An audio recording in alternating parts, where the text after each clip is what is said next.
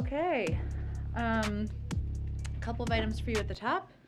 Today, the President is hosting roundtable CEOs of electric utilities from all over the country to discuss his economic growth plan for the middle class, the Build Back Better agenda, which will lower energy costs for working families, create good-paying union jobs, and build a reliable, clean energy future as we tackle the climate crisis. The President and these executives will discuss, or they are discussing, I guess I should say, how investments to reduce greenhouse gas emissions and expand tax credits for clean energy and research and development are necessary, overdue, and critical for increasing the resiliency of our electrical grid, and essential to helping the pocketbooks of Americans around the country.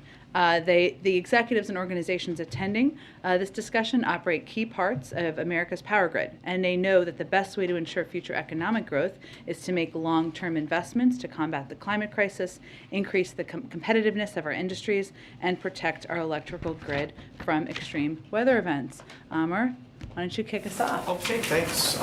So new CPI numbers come out tomorrow, and economists are forecasting an index of, I believe, 7.3% annually. And I was just wanting to ask, what do you see in the data right now that suggests inflation will fall quickly this year? And how confident are you that a decrease in inflation can occur without hurting demand in the economy?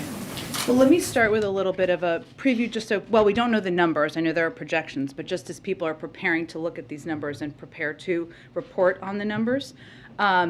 So first, when we look at tomorrow's data, what we're looking at is recent trends in inflation. So in November and December, price increases showed relative to the month before, slowed relative to the month before, and in January, they were down almost half from where they were in October. That's a sign of progress, that the inflationary increases are decreasing, I should say, month upon month. And we'll be looking at that wage growth compared, looking how wage growth compared to inflation in January as well. What is also coming out tomorrow is annual data, right, which is, I think, what you're talking about. And so as we're looking at that, we expect coming out a high year-over-year inflation rate reading in tomorrow's data, given what we know about the last year, right, and what we've seen over the last year. That's because year-over-year data largely reflects the price increases over the last year, as we've already talked about and we know about. It's not about the most recent trends, which I think is the important component for people to look at, right? There's monthly, and then there's also the annual data. So above 7%, as I think some are predicting, would not be a surprise, even though we don't know what the data is going to be.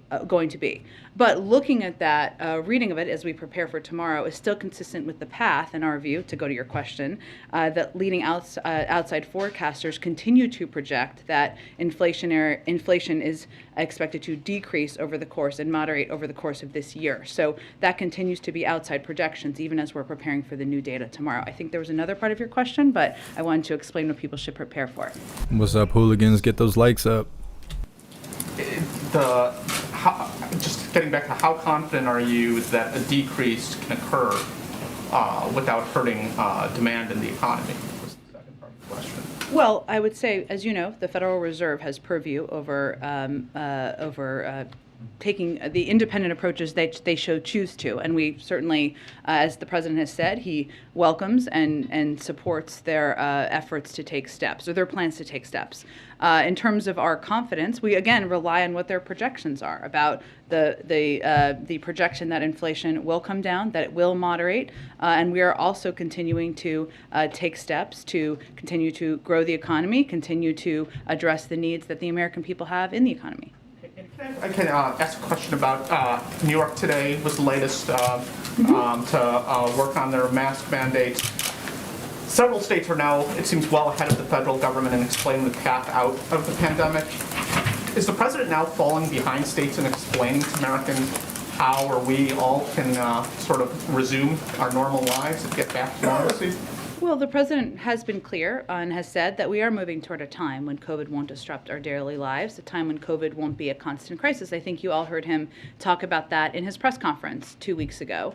And that is something that, as Jeff Zients, I believe, just said during the COVID briefing earlier today, there's an active and ongoing work plan to develop a path forward. And that is, there's constant discussion about that. I think what you're referring to as it relates to New York, which is an important component, especially as Americans are consuming what it means and where we're going, of masks and what the mask guidance is. Dr. Walensky was also on this COVID briefing that happened just earlier this morning, and what she conveyed on that briefing, I know there's a lot going on, she may not have all seen what she said, but is that we certainly understand the need to be flexible. We want to ensure that public health guidance we're providing meets the moment we're in. We recognize people are tired of the pandemic. They're tired of wearing masks. I bet all of you are. I certainly know I am. We all understand that, but that what our focus is on is looking at the data and the science. So there are positive signs, as she referred to. Cases and hospitalizations are falling. We're looking at all of the guidance based on the latest data and science. She also said, which is I think important for people to note, that we continue to recommend masking in areas of high and substantial transmission, which is basically the entire country at this point. That's essentially everywhere for indoor settings. We are evaluating rates of transmission. We're evaluating and looking at data to see if any changes need to be made. And that is something, of course, the CDC continues to do. So I would say that we are internally discussing, of course, what it looks like to be in the phase of the fight against the COVID pandemic, where it is not disrupting everyone's daily lives, where people are moving on and living, lives free of hopefully masks at some point, and many of the restrictions that we've all been living through over the past 2 years. But as the federal government, we have the responsibility to rely on data, on science, on the medical experts. That's something the president committed to during the campaign. They confirmed during this briefing, they're continuing to evaluate, and there's ongoing discussions and work happening internally. One last thing. The Pentagon is yet to commit to immediate embeds with U.S. troops that have and are deploying to the Baltics. Why? And is this consistent just generally with the administration's pledge to transparency? Well, I just saw the reports about this, and I will acknowledge, too, I have to dig into this a little bit further. I certainly understand the question and the desire to be embedded with troops and seeing what's happening on the ground, just as many of you have reporters and outlets who are near the border or seeing what's happening for yourselves, the military buildup of troops. So let me check into this and see if I can get back to all of you. Go ahead. Thanks, Jen. Following up on that, does the White House generally support the notion of troops embedding with U.S. troops around the world? We certainly have in the past, yes. But I know that the Trump administration took a different view. So does this White House envision a return to the practice of U.S. journalists embedding with U.S. forces when they're in Eastern Europe, for example, in the nation's interest? That has been our overarching approach, as you've seen over the last year. I'd have to check into this specific question that Amir is asking, and I think you're following up on. Okay, great. The White House has made it pretty clear there is no plan for a mass evacuation of American citizens in Ukraine. And in fact, you and the president and others have suggested that Americans who are in Ukraine should leave now if they can. At the same time, it's been projected that Russia could overtake Kyiv in 2 days if it invades. So what happens to Americans if they do get stranded in Ukraine? Should they understand that the U.S. is not coming to get them? Well, let's just take a step back here. First, we don't know that President Putin has made a decision to invade. We still don't have a new assessment on that, right? I'm obviously not going to discuss intelligence reports, which I think you also referenced. What I can tell you is that it's not just that the president or I have been conveying this warning to U.S. citizens. This is something the State Department has been doing for weeks and weeks and weeks now. I know there have also been a range of reports out there about American citizens. As you all know, because we've discussed this before, U.S. citizens are not required to register their travel to a foreign country with us, and we don't maintain a comprehensive list of U.S. citizens. That said, the State Department does estimates from time to time, and I know there have been much larger numbers out there, so I just wanted to reiterate for all of you that back in October, the State Department estimated there were, at the time, so months ago, about 6,600 U.S. citizens residing in Ukraine, not much larger than that. There have been, of course, there are periodic times during the holiday season where there are assessments of tourists and visitors and others, but in terms of citizens residing in Ukraine, many of which would be dual citizens. So what people should understand is that the United States does not typically do mass evacuations. Of course, the situation in Afghanistan was unique for many reasons, including that it was the end of a 20-year war. We were bringing a war to an end. We were not trying to prevent a war, as we are certainly in this case. There are a range of means that individuals and Americans can depart from Ukraine, and we've been encouraging them to do exactly that. But how we've been looking at this is much more similar to what was ordered in Ethiopia or Kazakhstan in recent months, where the security circumstances on the ground warranted travel advisories and warnings from the State Department. And can you explain how the process would work if U.S. citizens were able to make it by land to Poland or Romania? What's the plan that's being put in place to help them? You mean if they cross the border? Well, If there is an invasion. Well, there are still, I think what we're encouraging American citizens to do is depart now. Obviously, there hasn't been an invasion, and we don't know that there has been a decision to invade. Obviously, we have a range of diplomatic presences, not only in Ukraine, but in neighboring countries that are always available for U.S. citizens should they need assistance. Go ahead. Thanks, Jen. HHS just put out a statement clarifying around some reports that crack pipes are not going to be part of the safe smoking kits that are funded by the administration. But can you clarify for us, were they never a part of the kit, or were they removed in response to this reporting and this pushback? They were never a part of the kit. It was inaccurate reporting, and we wanted to put out information to make that clear. What is in the safe smoking kit? A safe smoking kit may contain alcohol swabs, lip balm, other materials to promote hygiene and reduce the transmission of diseases like HIV and hepatitis. I would note that what we're really talking about here is steps that we're taking as a federal government to address the opioid epidemic, which is killing tens of thousands, if not more, Americans every single day, week, month of the year. We put out this statement, though, because there was inaccurate information out there, or I should say HHS put out this statement because there was inaccurate information out there, and we wanted to provide clarification on the allowable uses for the HHS harm reduction program. It's not a change in policy. This program, though, is focused on harm reduction strategies, including prioritizing the use of fentanyl test strips and clean syringes. And all of these harm reduction services that will be supported by these programs are intended to save lives from an epidemic that we know is devastating to communities across the country. And then, so just to put a final point on it, does the administration support any effort then to distribute drug paraphernalia, like the pipes that we were hearing about? The statement makes clear that we don't support federal funding, indirect or direct, for pipes.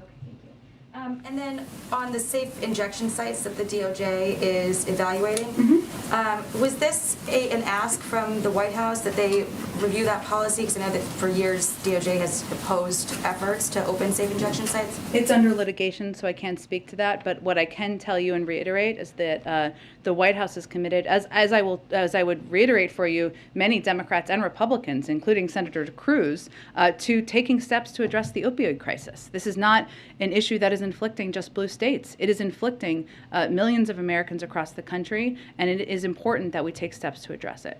So just final wrap of those two items, what would you say to critics who are concerned that the Biden administration is somehow encouraging illegal drug use? I think that it's important to step back and remember, just to put a little more of a fine point on it, that we're losing an American life every 5 minutes to overdose. We don't have time for political games. The president's focused on saving lives through harm reduction programs. That's exactly what we're talking about here. They work in red states and they work in blue states. We know they save lives. They help connect people to treatment and recovery. And they were endorsed this week by a bipartisan commission co-chaired by Senator Tom Cotton that examined steps we must take to address the devastating toll of overdoses. So what I would say is this is not a game. This is not a political game. This is an epidemic that is taking the life of an American every 5 minutes, and we need to work in a bipartisan way to address it. We don't have time for political games. Here's a free crack pipe. Another state today dropping the indoor mask mandate as the CDC is confirming that their guidance is not changing. But these decisions that are being made at the local level, like you guys always talk about, are out of step with the science that is at the forefront of the CDC, of this White House. So why are we not hearing the same messaging criticizing states that are, making these moves, like we heard previously with, for instance, Ron DeSantis? Well, I would say there is a distinct difference between standing in the way, which Ron DeSantis did, or Governor DeSantis, I'll give him his full title, of teachers, school administrators, and others taking steps to protect the students in their school communities. There's a difference between standing in the way of it, threatening to pull back funding, and allowing for local school districts to make choices, which is what a number of these states are doing. Go ahead. Jen, quick follow-up on that. Does the administration risk looking out of touch with where the country is heading in terms of lifting these mask mandates if the CDC doesn't revise its guidelines? Well, again, we understand where the emotions of the country are, right? People are tired of masks. I would say not even if you look at the polling, though. There is also a huge chunk of people who still want masks, right? So it's not even that specific. It's just that, as you noted, there are some states that are moving towards rolling back or giving more choice to local communities about how they will implement these requirements. But again, from the federal government, what our responsibility to do is to abide by what the president committed to on the campaign, which is to listen to scientists, listen to data. That doesn't move at the speed of politics, it moves at the speed of data. And they, Dr. Walensky, committed to conveyed, or I should say confirmed, that they were evaluating this at the CDC. And I want to just ask you about Russia. You were very careful in your wording when you were asked yesterday the extent to which the administration understands what happened between Presidents Macron and President Putin. Can you give us any more information today? To what extent has the administration been briefed? Has the president been briefed directly The on president those spoke talks? with President Macron this morning, which I believe we confirmed. Yes. And what does he understand about what came out of that meeting? Does he have the same sense of optimism that President Macron had when he left that meeting, that yes, perhaps there had been a tiny bit of progress in terms of helping create an off-ramp for President Putin? Well, Kristen, the president spoke, as I noted, with President Macron earlier today. He, as you know, hosted the German Chancellor, and I expect he will speak with a number of other European counterparts as the week proceeds. But what we're looking at here, Kristen, is not reports out of a meeting, but whether or not Russia is taking de-escalatory steps. They are not. They are taking escalatory, not de-escalatory steps. We certainly hope that that changes. So you, based on the intelligence that you have, do not share the same measured optimism that President Putin had coming out of that? Again, we're looking at actions here, and we have not seen de-escalatory actions by the Russians. Any imminent plans for President Biden to speak with President Putin? As you probably are tired of hearing me say, but I'll just repeat it. The president certainly values leader-to-leader engagement. He has spoken with President Putin, as you know, multiple times in the past, including in person, but I don't have anything to preview at this point in time. If I could just ask you one question. Overnight, the president tweeted about this potential bill that has been proposed in Florida that would restrict school districts from encouraging discussion about sexual orientation or gender identity in public schools. The president tweeted out that he wanted them to know that you are loved and accepted just as you are. I have your back. What, if anything, can President Biden do, is he planning to do, if in fact that does pass? Well, I would say, unfortunately, this is not the only bill or the only effort we're seeing across the country to really regulate what students can or cannot read, what they can or cannot learn, and most troubling, who they can or cannot be. As I think you saw in the president's tweet, it's cruel, it's harmful, and it is certainly something that is not helping young people who are members of the LGBTQI plus community, who are already vulnerable, already being bullied. I think the president felt it was important to speak out. But in terms of specific actions, we're going to continue to voice our strong views on this. It's significant the president did that, and if there's any additional steps, I'll let you know. Go ahead. Thanks, Jen. Back to Ukraine for a second. Tomorrow, it's expected to be this Russia-Belarus military exercise. Is it the sense of this administration that what's expected to be this massive show of force tomorrow and for the next few days after that could provide some sort of cover for an invasion? And is the White House and its allies on any kind of heightened alert given what's expected to happen?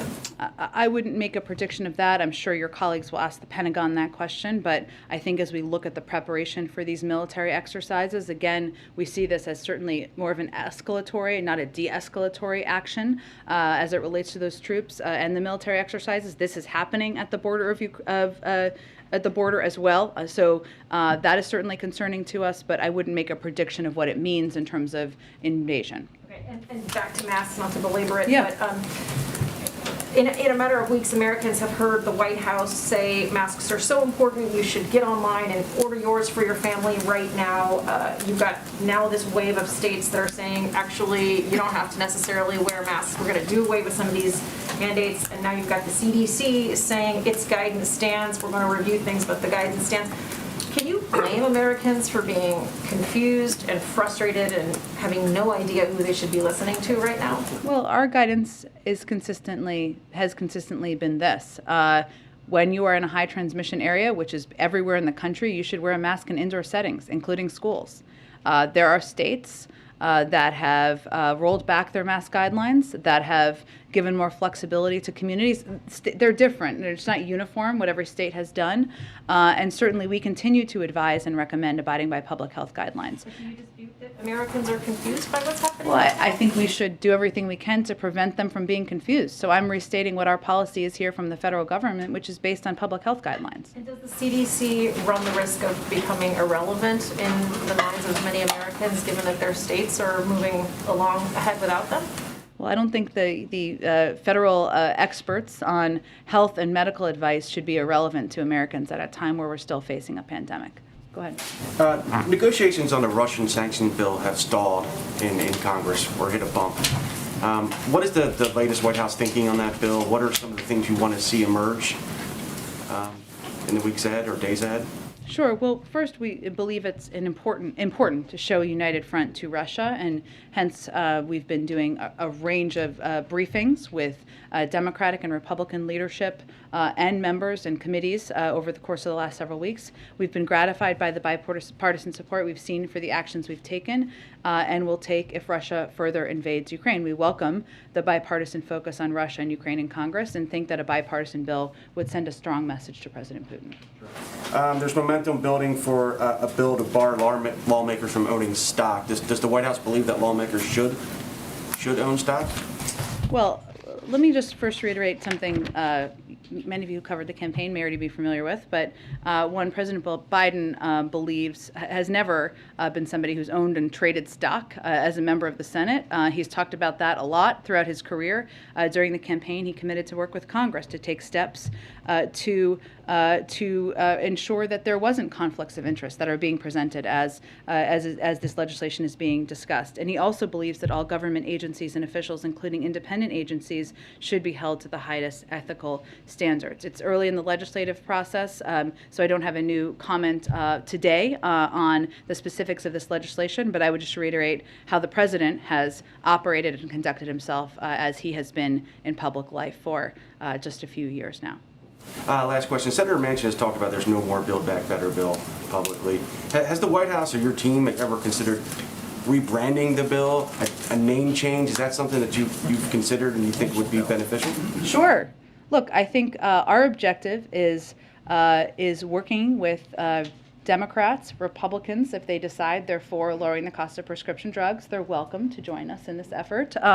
But to determine how much of the president's Build Back Better agenda, whatever you call it, can be moved forward. And there is agreement on a number of big components, including with Senator Manchin, about the importance of lowering the cost of childcare, what burden that has on families across the country, about the importance of lowering the cost of health care, of making the tax system more fair, of allowing Medicare to negotiate the price of prescription drugs, something the president will be going to Virginia tomorrow to talk about. So these discussions are ongoing. A lot of them, as you heard the president say at the press conference 2 weeks ago, are happening between members on the Hill, right, to determine what they can have support for. And our staff and senior members of the team are engaged in those as well. Go ahead. Jen, given that the CDC guideline still remains that masking is recommended in schools, if you are a parent, a teacher, a student living in a state where that is no longer recommended, should you still follow the CDC guideline? Yes.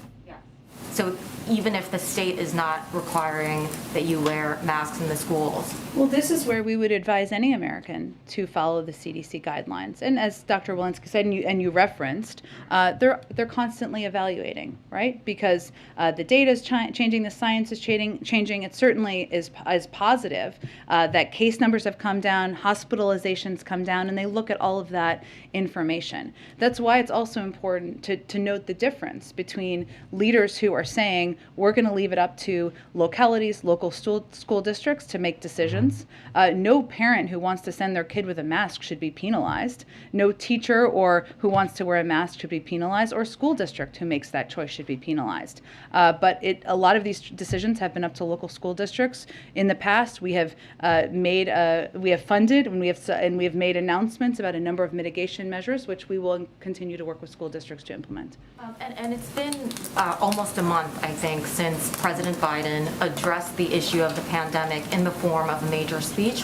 Why has it been that long since Americans have heard from him in sort of that kind of a setting about the pandemic? Well, I would say first, the president answered questions about the pandemic less than 2 weeks ago during a press conference. And certainly we have regular COVID briefings to provide the American people with an update on where things stand. We're currently, as I noted a little bit earlier, discussing what the next phase of the pandemic looks like. That's an ongoing process, and the American people can expect to continue to hear from the president on it. Would it be fair to say that the president believes the country is turning a corner on the pandemic? Again, I don't want to characterize other than to convey that we look at hospitalization numbers. They're coming down. That's a good sign. There's no question about that. We are looking at all of the tools we have in our toolbox, which is certainly puts us in a very different position than we were in a year ago, whether it's the antiviral pills, the ability to send out masks and tests to Americans who want them, the fact that 75% of adults are vaccinated. This is all good. These are all good signs, all good information, but we're continuing to discuss and assess internally what the next phase might look like. And I'd like to ask you a question about a CNN investigation about the Kabul airport blast back in August. This investigation looked at medical records, it interviewed doctors in Kabul, victims and witnesses, and it raises some questions about whether anyone was hit by gunfire, either by U.S. or British troops after the airport bomb blast. So we're wondering, should the Pentagon further investigate this matter, or does the president believe that this matter is closed? Well, I know that my colleague, John Kirby, is going to brief later this afternoon, and CENTCOM has put out information on this, but I would really point you to them for further comment. Go ahead. Thank you, Jen. I have a question about how the president is going to make the decision about changing the recommendation on masks. Is he totally... He will make the decision based on what the CDC advises. That's what I wanted Yeah. to ask. Okay, go ahead. So Sorry. the CDC calls the shots here. It's not like he measures trade-offs, the economy, mental health, people's behavior. It's just when the CDC says it's okay to do, that's what will determine his decision. But he doesn't take into account all these other factors. Well, what he has made the commitment to the American people on back when he ran for president, and we've tried to abide by, is that he would listen to the data, listen to the science. And certainly our health and medical team, obviously the CDC is part of that, Dr. Fauci, other experts. You've heard, though I would note, Dr. Murthy and others talk about mental health impacts.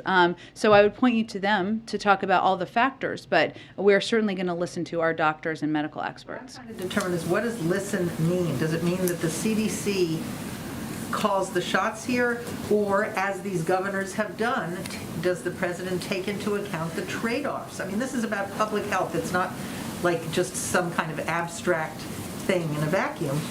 Kids' mental health is affected by wearing masks. Human behavior is part of this. The economy is part of this. Does he take those into account, or does he assume the CDC will do that for him? Well, I think, Mara, it's also important to note that masks are effective at reducing transmission in schools and other places, and we know that from what the data has told us, right? There are a range of health and medical experts who advise the president and make determinations about how the CDC guidance will be changed, but that is what we rely on, yes. There are a lot of doctors who are now signing statements saying it's time to lift mask mandates, especially for kids. I understand that, but we rely on the health and medical experts who work in the federal government, as we should, even as we account for and consult with outside experts. Go ahead. Thanks, Jen. You mentioned the president's trip tomorrow to Virginia. Do you expect a new announcement of some sort on prescription drug prices, or is it going to be kind of a familiar argument about the importance of his Build Back Better plan? And he'll be appearing alongside a vulnerable House Democrat.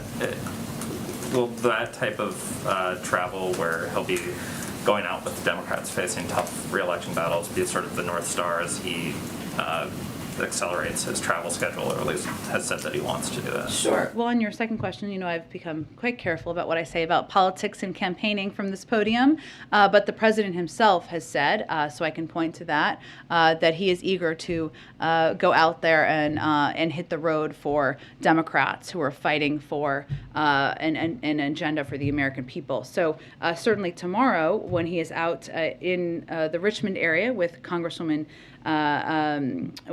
Spanberger, this is an opportunity for him to go back to your first question, to really talk about his view that the fact that Americans are forced to pay 2 to 3 times more for drugs than citizens in other advanced economies is unacceptable. It's flat out wrong, and we need to act to stop the abuse of American families. He, as you've heard him say many times, and I expect you would hear him say tomorrow, insulin, which was invented over 100 years ago, costs roughly $10 to make, but families are sometimes charged over $1,000 for it. That's unacceptable. It causes untold pain for thousands and thousands of families. And Medicare being able to negotiate the cost of prescription drugs, I don't know that it needs to be a new policy. It's a good policy, supported by many, many Americans, the vast majority across the country, Democrats and Republicans, independents, and we obviously want to continue to fight to get it done. And Iran announced today that they said that they have developed a missile that can strike Israel or U.S. bases in the region. I'm wondering if you have a reaction to that, and then also kind of generally wanted to check in on where you thought the sort of progress on talks over a new nuclear deal are standing right now. Well, in terms of where things stand, Special Envoy Malley and his interagency delegation have been in Vienna for the 8th round of talks. As we've said, and this is consistent, the report you referenced is consistent with this, our talks with Iran have reached an urgent point on mutual return to full implementation of the JCPOA. A deal that addresses the core concerns of all sides is in sight, but if it is not reached in the coming weeks, Iran's ongoing nuclear advances will make it impossible for us to return to the JCPOA. So those talks and conversations are ongoing, but I would say that as we noted back, I believe in December, the president asked his team to prepare a range of contingencies because we are at a pivotal point because of the progress that they have made in recent years as a result of the former president and his team pulling out of the nuclear deal. Go ahead. Yeah, Jen, thank you. Does the president have a particular opinion about this trucker action going on in Canada right now? Because it is affecting not only Ottawa, but Here we go. border crossings. And could it possibly have some impact on the U.S. economy? Yeah. In the long run, if it continues? So we are watching this very closely, because as you kind of touched on here, the Ambassador Bridge is Canada's busiest link to the United States and accounts for about 25% of trade between the two countries. And so the blockade poses a risk to supply chains for the auto industry because the bridge is a key conduit for motor vehicles, components and parts, and delays risk disrupting auto production. We are in close contact. We've been doing a great deal of work on this. Liz Sherwood-Randall, our Homeland Security Advisor, convened a meeting just today. We're in very close contact and coordination with the Custom and Border Protection Team and Canadian counterparts, Michigan Governor Whitmer, and industry stakeholders. We are also monitoring very closely and engaged with auto companies on what the impacts could be of auto parts, which is what would come from Canada, and the impact on the United States. We're also tracking potential disruptions to U.S. agricultural exports from Michigan into Canada. There are a number of steps that we have proactively taken, I should say, the Customs and Border Protection Team. They've worked with Canadian counterparts to route traffic from Ambassador Bridge to Blue Water Bridge. There's still a lengthy delay, but it is enabling some of these trucks and transports to get through. They also opened all 9 commercial lanes, including a fast lane at the port to process diverted traffic, and they're working closely with relevant automakers and other public and private sector stakeholders to discuss alternative processing. So we're working to ensure there's movement. The other issue, let me just touch on what you didn't ask about, but is an important component too, is there are workers who need to go across the bridge to get to Canada or to get to the United States. And the workers, they go over the Ambassador Bridge typically. They are being detoured to the Detroit-Windsor Tunnel, which is open, which enabling them to move past. So we're very focused on this. The president is focused on this, and we are working very closely with the team at DHS, with Canadian officials and others to do everything we can to alleviate the impact. That means the feds are there. Action, so. An opinion on it? In what? Tell me more. About the message they want to send. Well, we support peaceful protest, but we have concerns when those protests turn violent. And certainly I think it's important for everyone in Canada and the United States to understand what the impact of this blockage is, potential impact on workers, on the supply chain, and that is where we are most focused. I'll come back to you. Go ahead. Thank you, Jen. I have a couple questions on schools Sure. and guidelines around COVID. You're saying, the CDC, its guidance remains that there be universal masking in schools, and the White House supports that recommendation. As you point out, some of these Democratic governors who are lifting mask mandates in schools, they are allowing local authorities to make some decisions, but the reality is there are going to be a lot of parents who no longer have their children wear masks in schools. And given community transmission is still high across the country, the whole map on the CDC website is red. Are you not concerned that these decisions are going to potentially lead to outbreaks in schools? Well, our focus continues to be to recommend everyone follow CDC guidance, right? And we know that wearing masks effectively reduces transmission. As much as people are understandably tired of wearing masks, we understand that. There were a number of other mitigation measures that schools have taken. Obviously now kids age 5 to 11 are eligible to be vaccinated. Testing so kids can remain in the classroom even if there's a case is something we have also talked about and supported. And funding from the American Rescue Plan ensured that there was capacity and ability to improve ventilation, social distancing, and take other steps that are also effective mitigation measures in schools.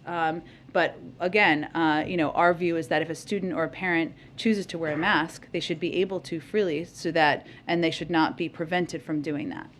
This is happening as we still see this trend where there is a drop-off in the vaccination rate when you reach those who are under 18. Among adolescents, I think it's just over half of adolescents are vaccinated. An even bigger drop-off among those who are age 5 to 11, with pretty high numbers still around vaccine hesitancy. Why hasn't the White House called for a vaccine requirement against COVID-19 for K through 12 schools, which many public health experts say is really the only way that you will be able to protect students in the long term? Because those decisions have historically been up to school districts. Go ahead. Hi, a couple questions. On the child tax credit, Mitt Romney has suggested that you consider bipartisan path toward his alternative version of the program. Does he have 10 Republicans? Well, he says that he has a bipartisan group that's been successful in the past and that he's going to try and get here. Has the White House engaged with him on this recently? We've been engaged with every member who is open to engaging and looking to move the president's agenda forward. Is his version an acceptable alternative if it can get the votes to the White House? I don't have any specific reaction to his version, but I would just note that in order to get any component of the president's agenda forward, if it's broken off of a reconciliation package, you'd need 60 votes. On the COVID, Kristen Urquiza, who spoke to the nominating convention for the president, told us a couple weeks ago that she's disappointed that the president hasn't met and engaged more directly with people who are affected by COVID. So we're at over 900,000 deaths now. Are there any plans for the president to host people at the White House who have been affected by COVID, whose families have been affected by COVID? I'm happy to check and see if there's any plans. I would note that the president has spoken about COVID and his plans and his commitment to addressing the pandemic more than perhaps any other issue since he became president. And more importantly than that, I think most Americans, he's taken very specific actions to ensure that vaccines are available, that tests are available, that masks are available, that schools are open, which that is what impacts people's lives on a daily basis. But I can see if there's any plans for that. Go ahead. Is it the sense inside the White House that the decisions by Democratic governors to relax some of these mask guidelines is driven mostly by, as you said, the speed of politics and not the public health guidelines that are driving the federal government's policy? I didn't actually make that assessment, but I would point you to all of them to ask them questions about what they base their decision making on. But again, we understand local leaders. We continue to advise local leaders, whether they're governors or others, to make decisions based on the science and data about what's happening in their communities and what is going to keep kids in school safe, what is going to keep kids and their people in their communities safe. And we will continue to abide by what federal guidance is advising, which is based on the science and health experts in the federal government. And then on the meeting later today with President Biden and the companies, how much is he relying on these companies to make clean energy decisions kind of on their own in the absence of climate legislation that is, currently stalled or being renegotiated in Congress right now that we know would be necessary to reach the White House's goals on clean energy? Well, I think as many of these leaders have said, I mean, they know that the industry of the future is clean energy. And so there is an incentive for them to act and move in that direction. And certainly the president agrees with that. And there are a number of steps, even as we're working to continue to push to get Build Back Better passed, that we have already passed into law as a part of the infrastructure bill, for example, including clean charging stations around the country, incentivizing the purchase of electric vehicles, which of course is an industry that will help many of the American auto industry producers prosper over the course of time. But certainly it's where the industry is going, and there's agreement between government and many of these industries about the opportunity for the United States to be a leader in the clean energy movement in the world. Go ahead. Thank you so much. I just have two boring questions and a round follow-up. Starting with Build Back Better World. Do we have any news on when that's going to be officially launched? Have you identified any programs? Can you share any details? It's a full house. The president's talked about this quite a lot on the global stage. Let me see if we can get an update from the NSC team about any new specifics on it. Then I want to talk about something that Russian President Putin said the other day. He made what many Russian speakers interpreted as a rape joke directed at Ukraine. Given that diplomacy is all about talking, how does the administration view talk like this? Does it shorten the diplomatic off-ramp? Because it's a pretty undiplomatic thing to say. And has the White House communicated to the Kremlin, yo, that's not cool?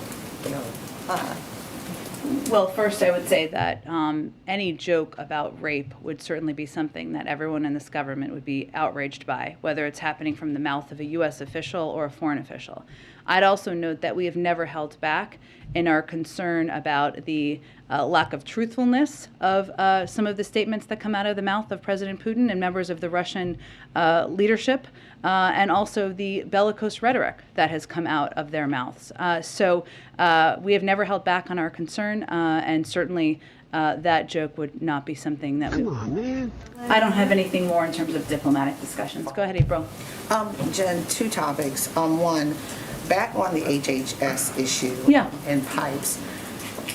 Misinformation has a terrible ripple effect.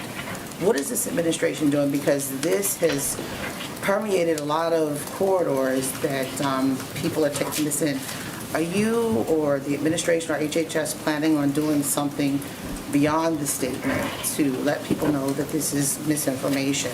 Yeah, that's a really important point, because I think there's been a lot of misinformation about particularly this issue, and it has really clouded over what is a hugely important issue in this country, which is a fight against the opioid epidemic and the need to have bipartisan approaches that are going to help communities that are impacted address it. But yes, we will certainly be building out our efforts to effectively communicate that we are not, that what is in a safe smoking kit, what is not in a safe smoking kit, and what we are effectively trying to do with our harm reduction program.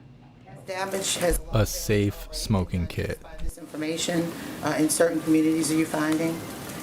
We certainly have seen it, and I think, April, one of the reasons we felt, even though we have never, this has never been a part of what has been funded, we felt it was important to put out a public statement from the federal government to make that clear, because we saw the spreading of misinformation and the fact that it was having an impact on a range of communities, and we felt, even though it was never true, that we needed to put out a proactive statement. And then, second topic, I asked you on Monday about President Biden and the last time he talked to Anita Hill. Do you have any more information? You did ask me that. I don't have an update on that. I will venture to see if I can get one today. Is she part of the external group that is working with the White House on these nominations for Supreme Court? There are a broad range of individuals, legal experts, scholars, members of Congress of both parties that are being consulted with. We have not put out that list of individuals publicly. I can see if there's more information we can provide. Go ahead in the middle. Thanks, Jen. Two quick questions. One, we've heard from the White House about this effort to reach out to Republican senators on the Supreme Court nomination. I wondered if you could explain a little bit kind of what the focus of those conversations are. Are you guys, fielding suggestions on who the nominee should be? Or are you giving them a short list and getting their reaction? I'm just kind of curious sort of what the focus of the outreach to Republicans is. Well, as the president has said, and I'll just reiterate, we're going to choose a nominee. He's going to choose a nominee whose qualifications, record, character, and devotion to the Constitution and rule of law make them deserving of support from both sides of the aisle. And there are many candidates at the top of their field who fit that profile and who have received bipartisan support in the past. So these conversations are not uniform, right? Sometimes, and the president is certainly seeking input, seeking feedback, but he is treating the process as he believes it should be treated, which is with seriousness, which is approaching it from a bipartisan manner and seeking engagement and advice from a range of officials, elected and non-elected. And then secondly, unrelated, but there was some reporting this week that Labor Secretary Marty Walsh has offered to help resolve the Major League Baseball lockout, and I wondered if the president has been in touch with him about that, or if he has an opinion or a viewpoint on the lockout. You're the asshole with the kitty mask, double stacked. Looking for an answer, so I will check on that. I don't have anything new. Go ahead. Yeah, yesterday in the event you highlighted electric vehicles. Yeah. Today you're highlighting the utility companies are here. 3% of the market is electric for vehicles in the U.S. So if Americans go out and buy a lot of electric cars, can the grid handle the load without using more coal power? Well, I think we're trying to address this from many fronts, right? As you know, and you've seen in the president's infrastructure legislation, which includes additional charging stations, which includes incentivizing and making it more affordable and accessible for Americans to purchase electric vehicles. But what we're seeing is the increase in the market for electric vehicles increase year by year, right? As they become more affordable, as there are more charging stations, as they are able to, as more Americans can see themselves driving electric vehicles. And this is certainly something not just the federal government, but many of these automobile industries, companies are also seeing opportunity in. So we're all moving to, as the market is increasing, as more Americans are purchasing these electric vehicles to ensure there are the charging stations and the mechanisms needed for them to be driven. Sure, but can wind and solar handle that amount of load on the system?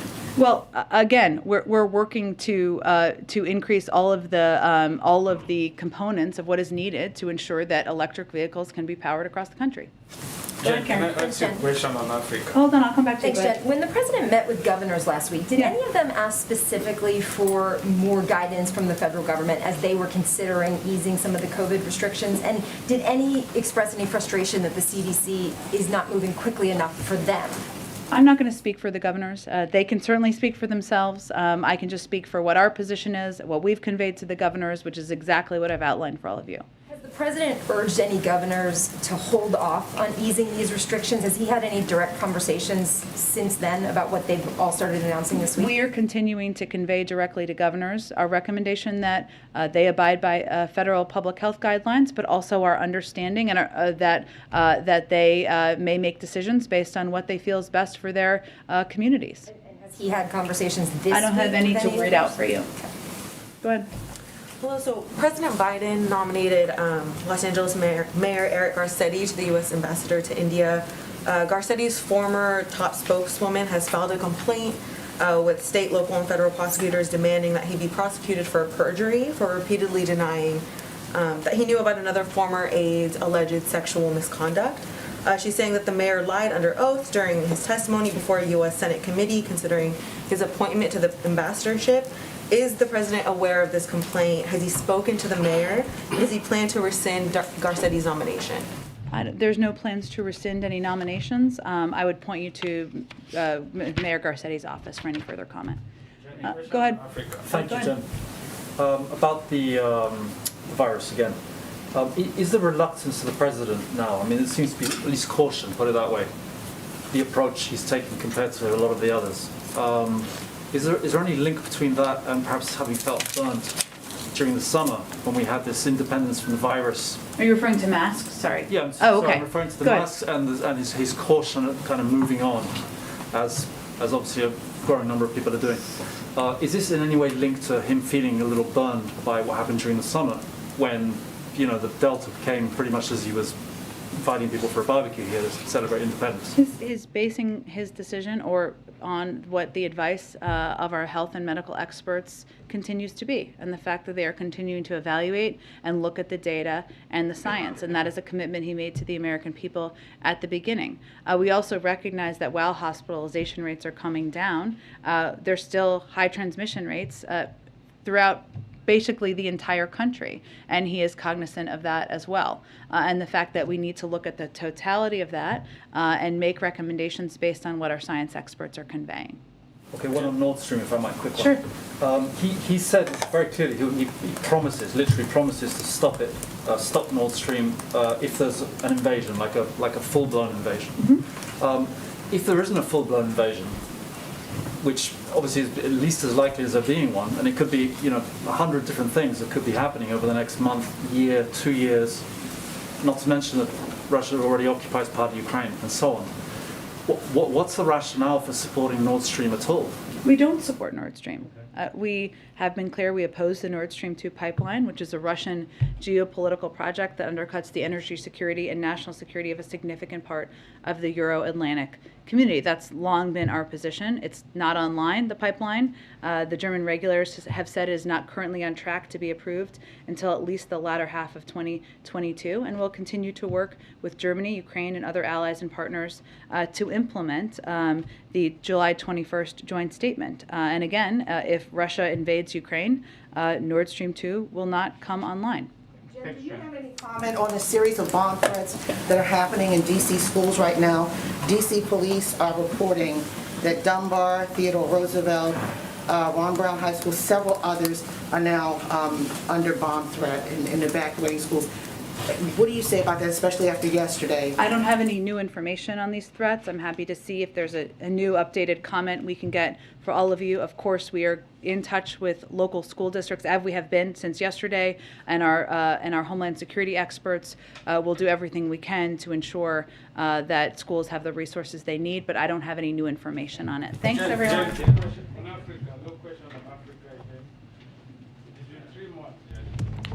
Thank you, everyone.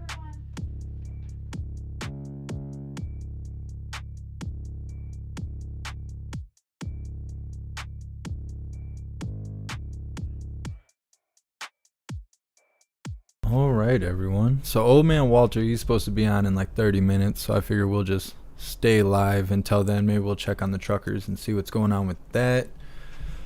What a weird press briefing. Crack pipes and all that.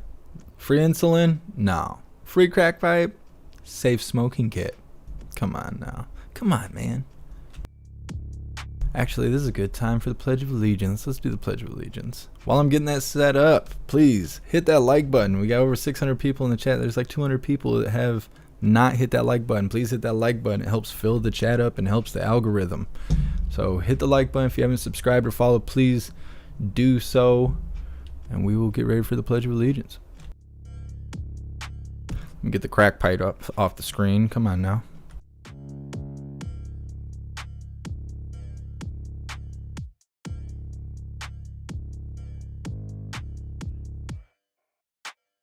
Thank you, Smokey SGT. I really appreciate the $20 donation. Thank you so much. And thank you, Genius by Birth, for your donation. And thank you, Mark Hill, for your $5 donation. I appreciate you guys.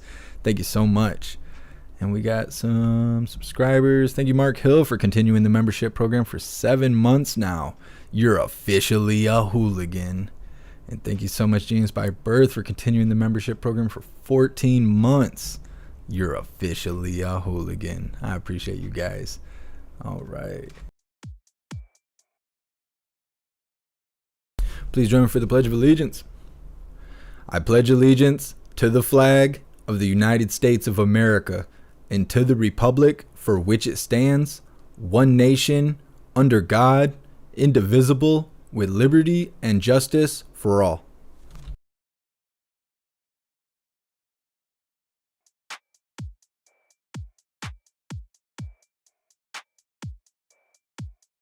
Oh, I'm so hungover. Hooligans had me up till 5 o'clock in the morning drinking a beer about it in the voice chat at Discord. You guys should definitely join the Discord. It's awesome. Alright, let me flip the screen here for a second. We're going to see what's going on with the truckers until old man Walter gets on stage.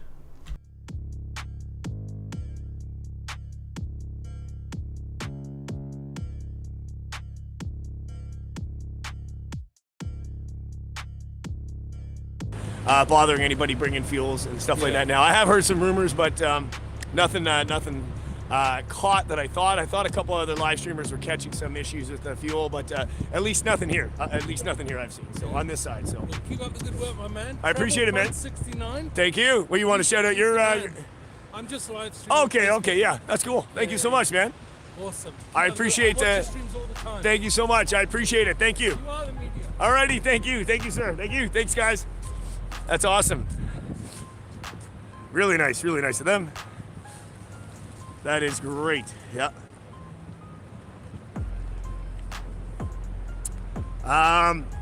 Video's blurry. Yeah, I don't know what that is. It could be just where I'm at, the service. Hopefully it's okay for most of you. If sometimes if it gets blurry, you can refresh your screen too as well. Yeah, this is live. So I just want to remind everyone, everything you see, hear, or read on the live is not real or accurate information and shouldn't be taken as such. This is just make-believe from the mind of a hooligan. Oh, yes. Travel Fund 69. Thank you so much, Johnny, for the $5 donation. I really appreciate you. Thank you so much. I got a distinctive voice. Thank you so much, and thanks for the support, man. Awesome.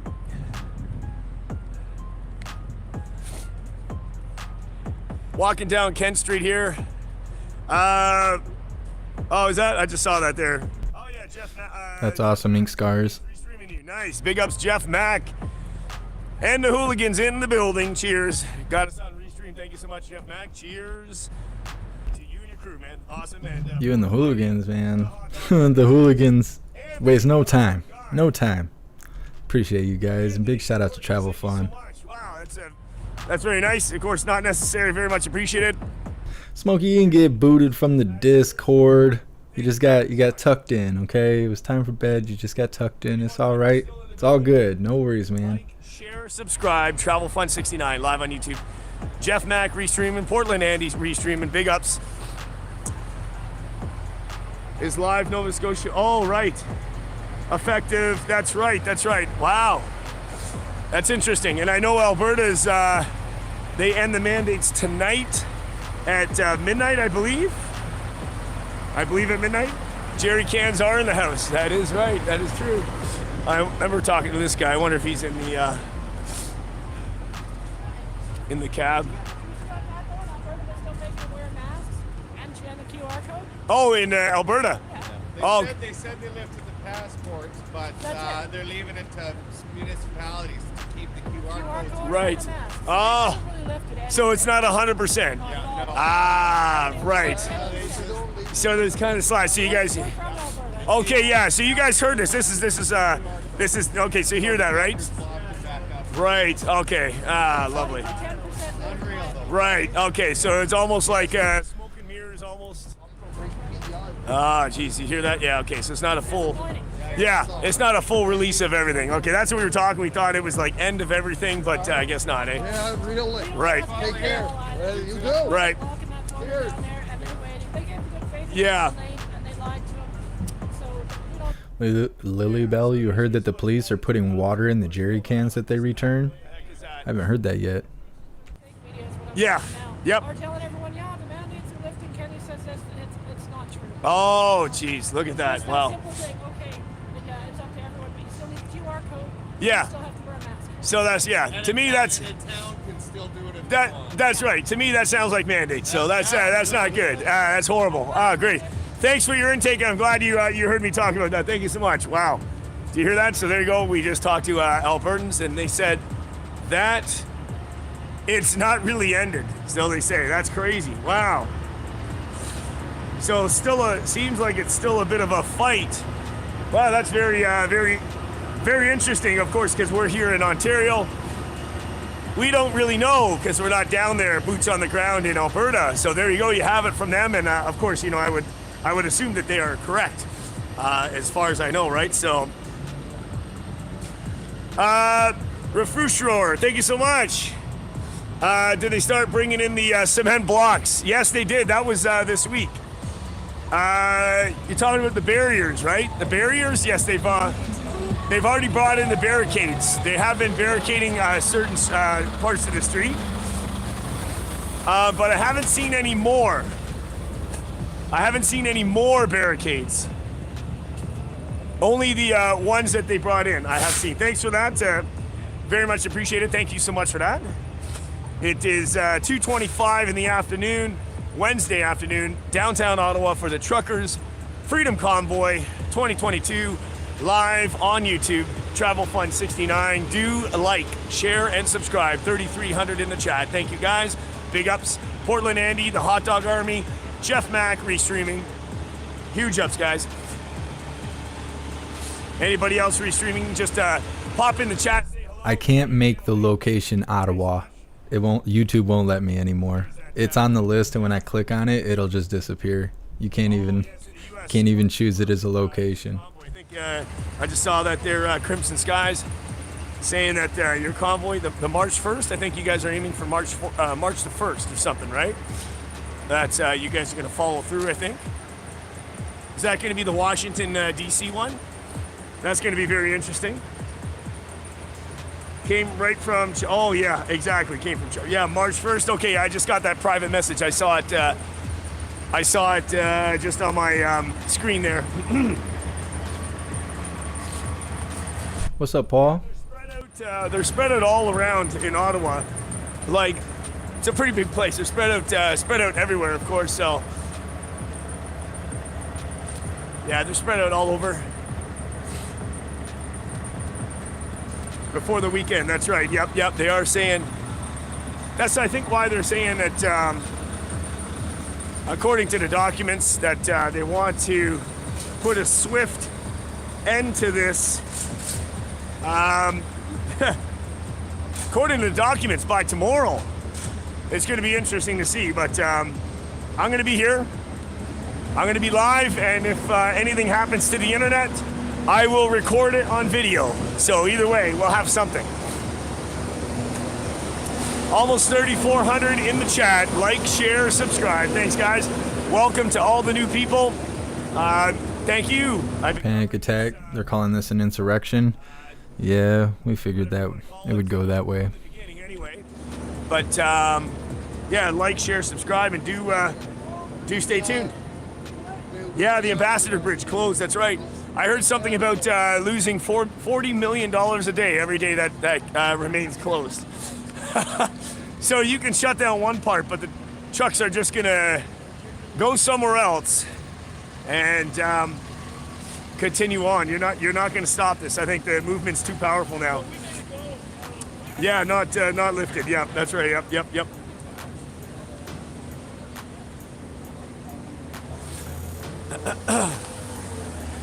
34. Absolutely. Fantastic. Yes, the support, it's growing each day. Yep. We already won. I hope so. Yep. You've already won. We're on the right side. Yep. Yeah, Fire. This is all just a figment of your imagination. Medication's not gonna fix this. Love them. We got Yep. this. Yep. Positive vibes, absolutely. Yep. We got this. Yep. So Old Man Walter is supposed to be on stage in the next 2 minutes. I got it pulled up on the screen. When it actually lights up, because he's been as much as 2 hours late to his own live, then we'll switch. Love.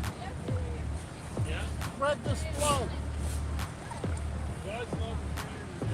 That's right. God's love is spread. Yep. God bless you. Thank you for that wonderful message. Thank you. Thank you. I'm wondering if I'm going to have to take this live down with all that talk that Jen Psaki was saying, because what they were saying was contrary to the YouTube guidelines. But even though that came straight out of the mouth of the White House, YouTube don't care and they'll still strike me down for it. So I might actually take this live down after we're done and cut out the parts that are worth listening, like them talking about crack pipes being a good thing, and we'll upload the videos and clips. 600 in the chat. Thank you so much. Like, share, and subscribe. Michael Blaine, thank you so much for that. Keep up the great work as a retired law enforcement member and author. The left made it incredibly difficult to get my book distributed and promoted. We will prevail. Michael Blaine. Hey, cheers, absolutely. Name your book there. Maybe we can look it up. Is it available on Amazon or anywhere? Let us know, of course. Spencer, thank you so much. If I send you some money, could you give it to Ottawa Trucker in need on camera? Yes, I could. So I did do that yesterday. I just got to be a little bit careful. I was reading some information about that, handing out the cash live on camera. I can do it a little bit. I'm probably doing too much of that. I think it might cause a little bit of an issue on YouTube. So I can do that. I don't want to get into doing that crazy. I was just talking to some people last night about that, so I have to be a little bit careful with that. But yes, I will do that. And what's up, Amber? I will do that today, so don't worry. But try not to do a lot of that. Just probably better just to send it to Give, Send, Go if you're going to do that. But How many people you got live? right now we got 3,570 people watching. Why are they watching you live instead of being here? That's what I want to know. Majority of them are not in Canada. Well, get on an airplane or a boat and come to Canada. They can, that's why, exactly, yeah. We're not terrorists. I love you guys. Thanks. Appreciate it. Love what you guys are doing, man. We're not leaving. Robert, don't be spamming that bullshit in my chat. Give us what we want. Absolutely, absolutely. You guys should have never taken it. I love you, bro, with the blue mask. I love you. Awesome. Each their own. Absolutely. It is. Absolutely. The government can't just take people's fucking freedom away. That's right. It's ridiculous. What's up, Faber J? Thanks so much, man. We'll chat. We'll chat in a little bit, man. I'll be here all night. I'll be here until this is over. Awesome, brother. Awesome. Absolutely. He said he's giving you address. That's awesome. Yeah, ink scars. Can't even fly there. Dashi, thank you so much for that. Appreciate that so much. Yeah, thank you. Yeah, so I'll no worries. I'll take care of that. I know what to do. What's up, Adolf? Got to find a way to somehow distribute some of that a better way without just pulling it right out. We'll figure a way out to do that for you. No worries. Chatty, thank you. More vehicles arriving. Yes, there's more. What's up, John Costello? Yeah, you missed the press briefing where Jen Psaki was telling us that free crack pipes are a good thing. Part of a safe smoking kit. I know, right? Primo, yes. That guy's been holding down the fort. I'm gonna have to get him something. Hey, I appreciate you, Golden Goldie. Something in there, right? So, Eric, thank you so much for that. Yes, so I'm, just you got to be cautious with that about doing that. But yes, I will definitely do that. We're gonna be doing that for sure. Yep. All right, we're still going down Kent Street here. Yeah, Rachel, it's crazy. I can't even believe that they're pushing that. All the crap that they've been trying to tell us that we need to believe or abide by, and now they're safe smoking kits with crack pipes in them. And they literally they're not even hiding it. They're like, yeah, these are crack pipes, and we're going to hand them out because it's a good thing. The hell? Thanks to all the new people watching. Live on Travel Fun 69 YouTube platform. And we're being restreamed out on JeffMAC, Portland Andy. Big ups JeffMAC, Hooligans, big ups Portland Andy, Hot Dog Army. Anybody else restreaming, come say hello. And cheers to you for that. What's up, Steven? I see you guys bringing up Hunter. I bet Hunter is a part of it. I almost guarantee it. Because then it makes it look like he's a victim, right? They can say, oh, poor Hunter, suffering from opioid addiction, gave him a free crack pipe, and he smoked crack to the point where he was no longer addicted to opioids, and now he's a recovering crackhead. And we should feel real bad for him. They're so stupid with how they play that stuff. Just like we were talking about them talking about the truckers. They brought it up and almost word for word what we were talking about. I mean, we can just do a Google search. Thanks for that. Thank you so much, Gigi, for the $5 donation. I really appreciate all the support. Thank you. Please send along on camera or not. Whatever it gets, please let them know they have the full support and the brothers. Okay, so you know what I'm gonna get? I'm gonna get some envelopes. And just say, here, this envelope's for you kind of thing. Spencer, I'm gonna take care of that. Spencer, thank you so much. Not necessary, very much appreciated. And I'm gonna do a little something, obviously. And so if these are federal crack pipes, can you use them on federal property? Absolutely. Are they gonna decriminalize crack? That's very like, what is the goal here? Yeah, I do recommend using Give, Send, Go, and there's another, I think it's Adopt a Trucker, but Give, Send, Go, that goes directly to them. But yes, I will help out whenever possible. I can, I absolutely will. And so yes, I'm going to do a little something like that. Put it in some envelopes, and we'll give some envelopes out. Maybe I'll hit the dollar store tonight. And I'm here tomorrow. I can do that. I'll have them all prepped tomorrow, and I'll be able to do that. Distribute some of that to some of the personalities that we've met on this channel. Just like Brandon, the goal is to tax crack. Of course, we did that last. I used to hear about cocaine being legal as long as you pay your taxes on it. I remember hearing that when I was growing up. Spencer, thank you so much. You could sell it as long as you paid your taxes on it. I'm like, well, no. But that was the 90s and stuff. You know, life's not like that now. Just keep it in envelopes kind of thing. You know, keep it on the... What's up, Edgar? Thanks for being here. We know what's in it, but, keep it on the DL. So, coming up to the point where I usually turn around, but let's go see the end, and we'll walk back up and go over. Magoo, they invented crack, you idiot. You think I don't know they invented crack? You want to call names? Now you're kicked out of the chat for ignorance. We're live on Travel Fun 69 YouTube platform. Like, share. Talking to the wrong guy like that. Your mom's a hoe. If you haven't already hit the thumbs up, hit the thumbs up. It does help. Parabellum, I forgot about that. 10% to the big guy. Now it's all coming together. This live stream a little bit more. Thanks so much, guys. All right, we got over 2,500 likes. That's awesome, guys. Appreciate it.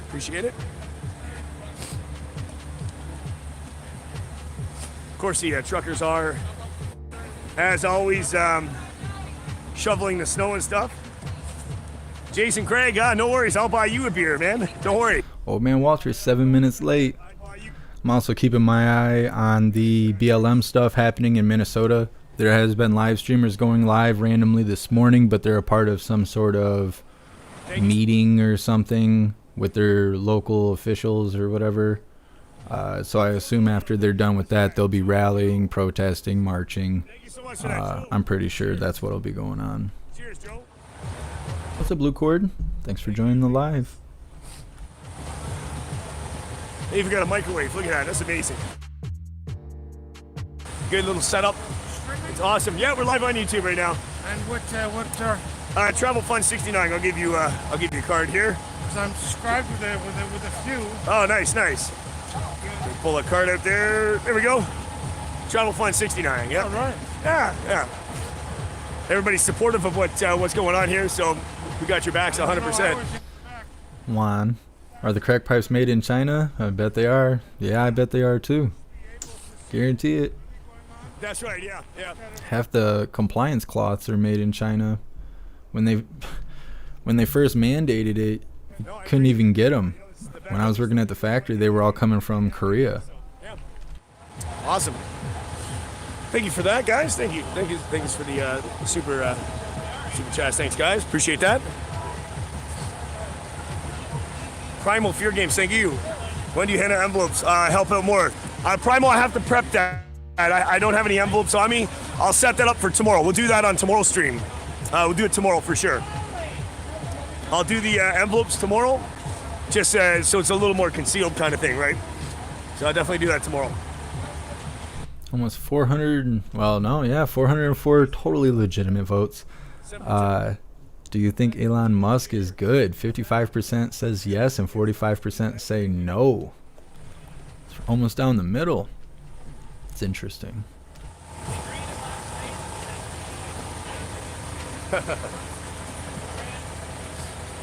Live on Kent Street, downtown Ottawa, Wednesday afternoon, 2:40 in the afternoon. Wild turkey, can we get bongs instead of crack pipes? See, the thing about the government is they don't give you what you want. They give you what they think you need. Yilin GW Canada, thank you so much for that. That super sticker there, thank you. Thank you so much. Let's walk down and we'll see what's going on. Thanks so much. It's awesome. Yeah, absolutely. I appreciate it so much. Thank you. All right, let's see what we got going on down here. Thank you so much for that, guys. Not necessary, of course. Very much appreciated. I can't believe how stern Jen Psaki was being. She's like, we don't have time for political games. We need these free crack pipes out today. Chill out, Jen Psaki. We know you can't wait to go hang out and smoke some parm.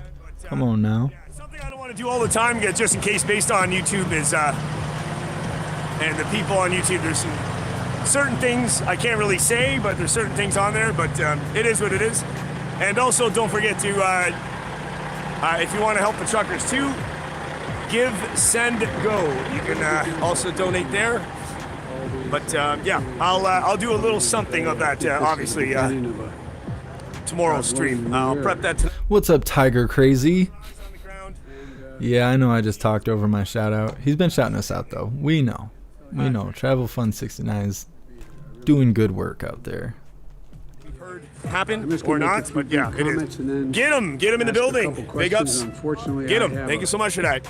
My phone wants to focus there. Thank you so much, truckers. Thanks for being a voice in the wilderness. Thank you. Reminding us the human family can still say no. Absolutely.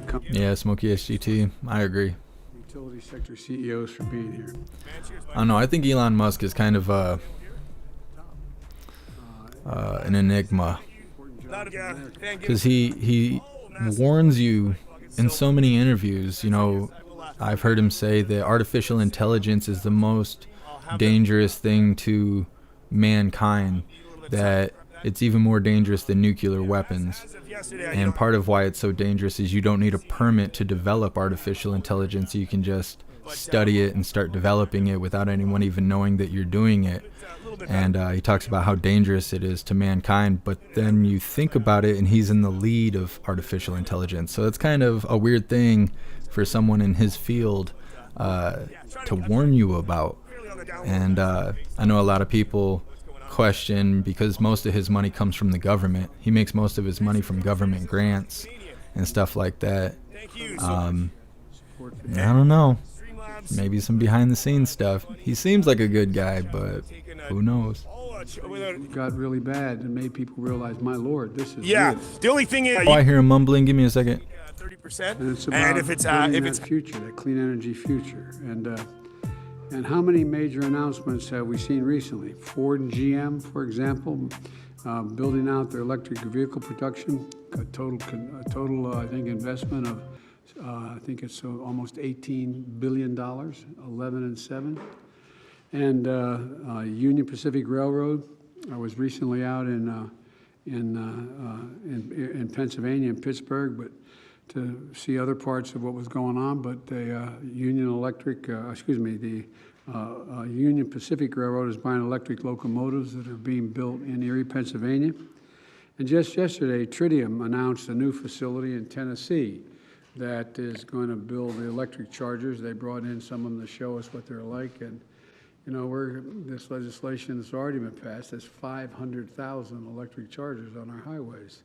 And it's going to change the dynamic of how, not only how we travel, but the economy along the way as well. Because, at any rate, companies are investing in clean energy futures. The world is betting on American workers to build it and the American people to buy it. And then we're investing in clean energy as a stronger, more resilient grid, 100% clean electricity by 2035. And that's a major piece of the puzzle and one of the commitments that I made we would try to do. Like the rest of my Build Back Better plan, the clean energy companies of this plan are about lowering prices. That's what this is all about. It's about reducing family energy bills while protecting the grid from extreme weather and making power more reliable. And it's also about jobs. No one knows it better than all of you around this table.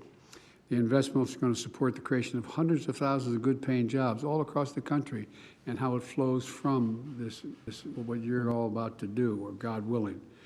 And it's going to make us more economically competitive while reducing pollution and improving public health and helping us meet the moment on climate change, the most important piece of it, in my view. These investments are about today, and they're also about the future. And we can do it without increasing the deficit or raising taxes on anyone making less than $400,000 a year. And 17 Nobel laureates spontaneously, in economics, spontaneously wrote to me telling me that they believe that this would ease long-term inflation. And so CEOs know exactly why clean energy future matters. It's an incredible opportunity for our country. And they know how urgent it is to get this done. And they've been key partners throughout this entire process. And so I'm grateful for their input, and I look forward to getting a full report from my team on the ideas discussed today. But with your permission, I'd like to stick around a little bit and maybe ask a few questions. And again, I can't tell you how, back up. 4 years ago, when I was sitting talking about this issue, the question was, you guys aren't going to do this. It's not going to happen. No, I mean, for real, that was the nature of the discussion. But you're here saying you support this, and you're going to try to move if we can get this Build Back Better piece done. And so I'd like to start off with you, Pat. If you may mind me calling you Pat, I apologize. You can call me Joe.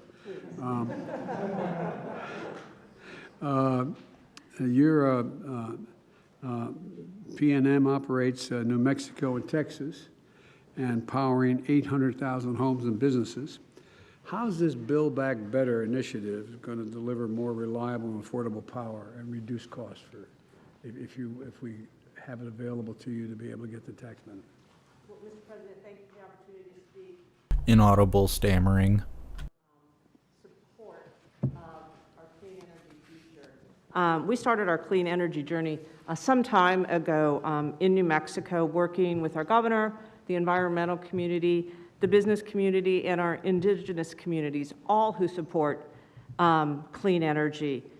This legislation is going to allow us to be carbon-free sooner, gives us renewable portfolio standards, allows us to securitize, to keep costs down for customers, and very importantly, Mr. President, it provides for a just transition. There is money in there for worker severance and retraining for the coal miners. We already take care of our coal plant employees at the utility. But it has money for economic development in there to revitalize the communities. So working with economic development, Indian affairs, and workforce solutions, because when people move into the clean energy economy, they shouldn't have to move away from their tribal lands. And we are going to work to revitalize those communities so that they can participate in the clean energy future where they currently live. These clean energy tax policies are going to be so helpful. New Mexico, unfortunately, is the third poorest state, and the areas that we serve in Texas are not the affluent areas of Texas. As a regulated utility, we pass all of our tax savings directly back to our customers. And along with reliability and clean, affordable, it is really on the top of our priority list. We have the number 3 solar potential in the United States, in New Mexico, and the number 3 onshore wind potential. So having credits for that and for storage, which is critical to make sure that those resources can be stored, so we need them when we need them, and the building of the transmission to export those wind and solar resources to other states is also critical. So that transmission and solar and storage and wind is really going to help bring down the customer costs. We're also looking to integrate more electric vehicles into the grid. I tell people, once you drive an electric vehicle, you don't want to drive an internal combustion engine anymore. They're quiet and quick. Oh, oh, are they quick? And this will help us make the needed improvements in our grid at a lower cost. And on the corporate tax rate, when we keep that low, we also pass those savings back to our customers. And unfortunately, any increases, conversely, get pushed back to customers. But President Biden, your support of clean energy and the clean energy tax policies will really allow us to accelerate that making energy reliable, affordable, and cleaner sooner. So thank you so much. Well, thank you. One of the things that I spent some time in one of the this is how many years ago now? I guess 3 years ago, in a very large solar site in Nevada. Yes. One of the things we were talking about at the time, and I created a hell of a lot of jobs, but it would create more jobs if you can actually transmit that solar energy on a line to a destination that is one that can use it well. My team tells me that there is a capacity to, by further investment in machinery on the site, that is going to be able to, through high voltage HVDC tech, move that energy more quickly and lose less of it on the way. Is that right? Absolutely. And tell me how that, I mean, will you Thank you so much, Smokey SGT, for the donation. I really appreciate you. afford that with, in fact, you have the tax credits that are moving? Yes, the tax credits will make the more sophisticated transmission infrastructure much less expensive. And again, we pass those savings all on to the consumers. And a lot of the solar, and where you site solar fields, is not near what we call load centers or big cities. So you need that transmission. And it is going to be absolutely critical to building our nation's clean energy infrastructure. Well, my wife and I separately spent a little bit of time with those indigenous communities in New Mexico and other places, and it really makes a difference, will make a difference for them in a big way, I think. Absolutely, and you know, especially the Navajo Nation is embracing a clean energy future. They're very thoughtful about how they move away, but they are very much looking forward to developing the solar potential on their lands, and we will be able to export that to other parts of the West that desperately need some more clean energy. Well, as an aside, before I go to you, Nick, I was out in Colorado looking at the experimental efforts going on up there in the mountains. I was stunned, and I'm familiar with wind energy because we tried very hard early on in the last administration I was in to promote that, and we had some blowback because people didn't want to be able to see it and the like. They showed me a blade of a windmill that's 100 yards long. My Lord. I mean, I looked at that and thought, holy Lord, I mean, can't fathom. I think some of the press was with me on that trip. It's astounding. But you're at AP, Nick. You use a variety of traditional fuels to make power like coal, natural gas, and nuclear. It's good to see you now expanding into wind and solar. Tell me a little bit about the expansion in the renewables, how that's going for you. Is it going to reduce cost to customers? How, if at all, does my initiative on Build Back Better, the over $500 billion we're talking about for the energy side of this, of which, by the way, I think it's about $200 billion of tax credits and another $100 billion for resilience. But talk to me about how you're making your decisions. Well, first of all, Mr. President, pleasure to be with you today to talk about these important issues. And you've actually shed the light on a lot of the infrastructure needs of this country. And certainly the grid is one of those areas that we find, and I grew up as a system operator. 40 years ago, I started as a system operator, running power systems. So for me, your focus on resiliency and reliability of the grid is extremely important. The addition of renewables in place today is having a substantial impact, the ability to save customers money. Matter of fact, we this quarter will be putting in operational the largest wind power project in North America. Is that right? 1,000 megawatts in Oklahoma. And it's going to save customers about $2.2 billion over the life of the agreement. So certainly it's a huge benefit. And for us, it's really an opportunity to bring these kinds of resources in, lower cost to customers, and be able to move toward that clean energy future. So as we look at that, we've looked at it across our territories, and now we have a plan by 2030 to put over 16,000 megawatts of generation like that in place. So it's really an important opportunity for us. We also partner extensively with Lonnie Stevenson, IBMW, and the unions. We're mapping that transition to those skills of the future. And certainly partners like that and partners in the federal government can enable this industry to move much more quickly than we would have otherwise, particularly with the tax provisions, ITCs, investment tax credits, and so forth.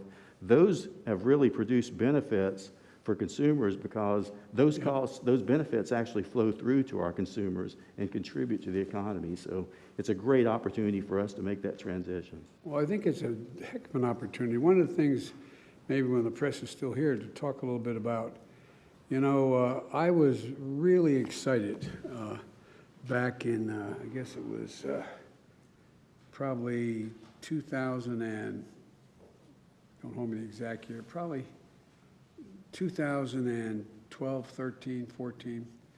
We were talking about major wind initiative off the eastern coast, the coast of, on the East Coast.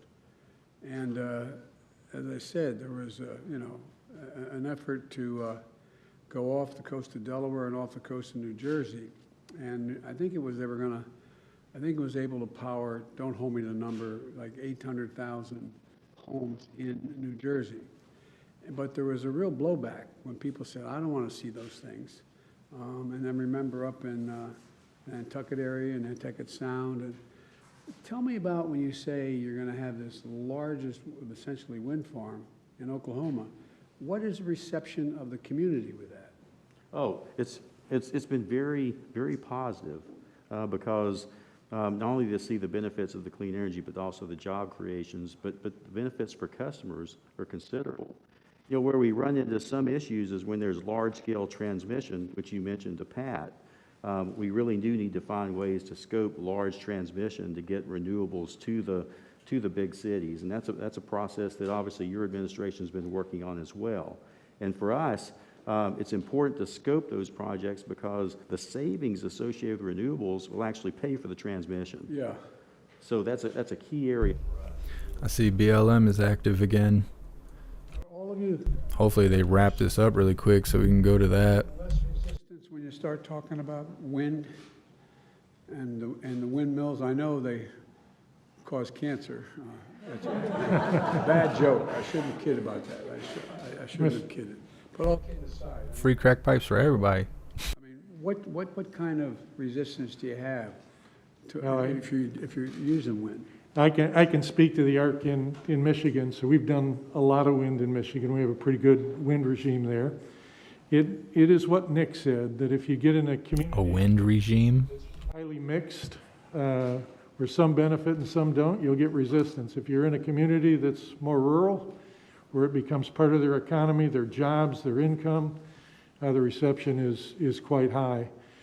We are actually at a transition point in Michigan where solar has now crossed over and is highly competitive with wind. So I think after a long period of investment in wind, we're now going to see our largest scale investments in solar, and the reception to solar has been very high. It's a great addition to the tax base, billions of dollars of construction that plays out, and then the permanent jobs that follow. So we expect that to be a well-received renewable resource in the state. I spent a fair amount of time Hey, thanks for joining the live Desert Doxies. campaigning and since then with some of the really entrepreneurial geniuses out in Silicon Valley. And what they're now talking about, and you all know, and I wonder how you view it, is the ability to store the energy when the wind's not blowing and when the sun's not shining. I was shown, for example, you could have, let's say you're powered either it could be geothermal for that matter, but you have a facility, it looks like, to me, it looked like a platform about this wide and about that thick that's in your basement. And it stores energy when the wind's not blowing and when the sun's not shining. Now, and I know you're not making those, but how has that increased the receptiveness of the idea of wind and solar or geothermal? Yes. You know, I can respond, Mr. President. Again, thank you for having us join. But we see storage as an incredibly important part of the equation going forward, not only in people's homes, but frankly on our system. Yes. In order to strengthen it and make it capable of taking on more resiliency. So as I look at the number of megawatts of renewables we'll add. What's up, Douglas? Comparable number of storage megawatts we will also add over the next decades. And the tax credits that you have included would be an important part of lowering costs. And the infrastructure bill under the Department of Energy has a lot of investment in the R&D necessary to advance that battery storage. So we think there's great potential for this. I asked the question for a selfish reason, because when I said this is going to generate jobs well beyond your site, and so there are going to be people manufacturing those battery storage facilities. This has such a ripple effect that, God willing, and what's going to happen is, I predict, right now, in some cases, China's ahead of us, but I think we're going to end up having a significant export market as well. That's going to create thousands of good-paying jobs here in the United States. It's going to be in our interest to have this, move around the world. But, I hope that you all are going to look back on this 10 years from now and say, boy, that time we didn't have any dinner at that dining room table. Still work. What's up, famously unfamous? Thank you all very, very much. So, Mr. President, we're going to have to let you go here. Yes, Raven King, this is live. We only show live stuff here. The next...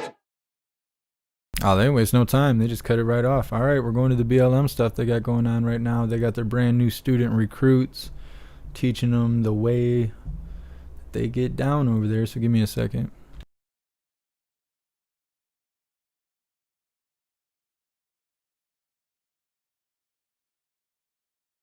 Taken away. They don't deserve that. They did nothing wrong. And that's all I gotta say. Yeah.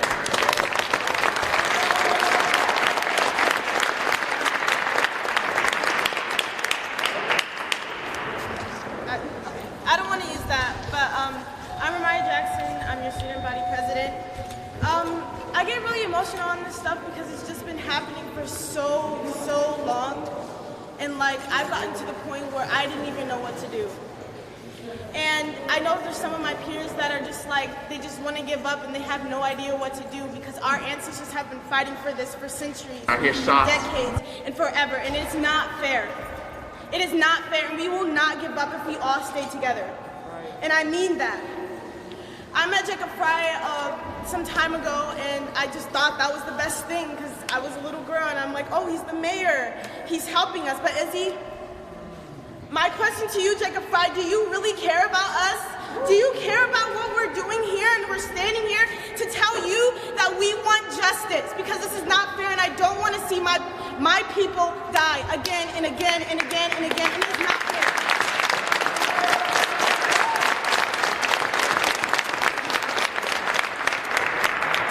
I know that this is really hard on everyone. And I just want to tell you all, don't give up. Please don't give up because that's what they want us to do. They want us to give up. But if this was a white person killed from a black person, they would be sitting here too, and we would be in jail already. So put them in jail too. That's all we're asking for. And to just stop the crime, stop it. Because we don't want to die.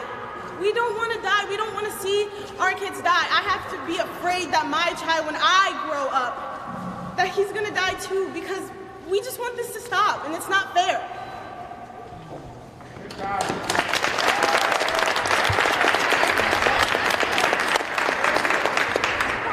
Okay, so the last thing I wanted to say was that, because I got off early because I was nervous, but the last thing I wanted to say was like, if the mayor's hearing this, like, we're not even trying to start nothing, we're not trying to fight anybody, we're not trying to start any wars or nothing between us and the police. We're just trying to get our point across that, like, y'all need to stop doing it.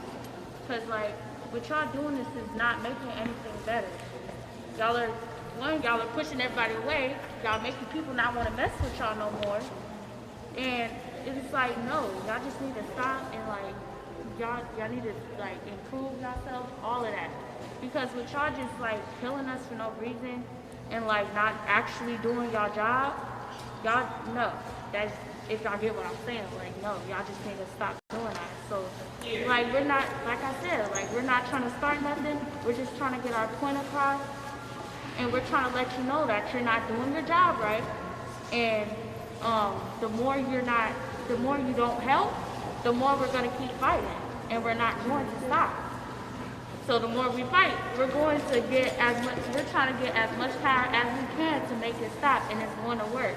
It may not work right away, but it's going to work. So that's all we need to do is keep fighting, and, like, don't give up on everybody. Like, there's some people, I see some people out here saying, like, ain't no point in rioting and all that stuff and protesting because, like, it doesn't work. But it's gonna work. They're just not hearing us clearly. We have to, say his name louder. We gotta say everybody's name louder. And, we gotta, make our point get across and let everybody know, like, we're not the one to play with. Thank you. She kind of sounds like she's on the fence about what everyone's doing there. One last thing for me, and then I'm going to introduce a very special guest. So all I got to say is that, I have this is my sign. You read my sign, please? Like my sign said, you cannot kill the revolution. We here are the revolution. You cannot kill this. You cannot take this from us. As much as they want to, they can't, because you know why? Because we're powerful. That's how powerful we are. So, with that being said, I want to introduce Leslie Redmond, the former NAACP president. Hey, give it up, girl. Thank you so much, Janet, for the $2. I really appreciate the donation and the support. The whole crack pipe talk thing is the White House is giving out free crack pipes as a safe smoking kit to try and get Americans off opioid addiction. What's up, Shank? Very empowered. I am so proud of each and every one of you all. So my first protest was when I was a senior in high school. Yeah, amen. Listen up, everybody. My first protest was when I was a senior in high school. It is never too early to get activated, right? I like to say, don't complain, activate. because you all are the change that we need right now. You all can influence policy. You all can influence practices. And I heard a lot of you up here speak, and a lot of you spoke about promise, and a lot of you spoke of defeat, right? I know it's easy to feel like this system doesn't care about us. This system keeps killing us. This system keeps knocking us on our feet. But I want you all to know that divided we will fall, but united we will stand. Amen? And yesterday I had an opportunity to stand with the Minnesota teen activists as they were standing, and it looked like it looks out here a little bit, right? It had white people and black people united, standing together.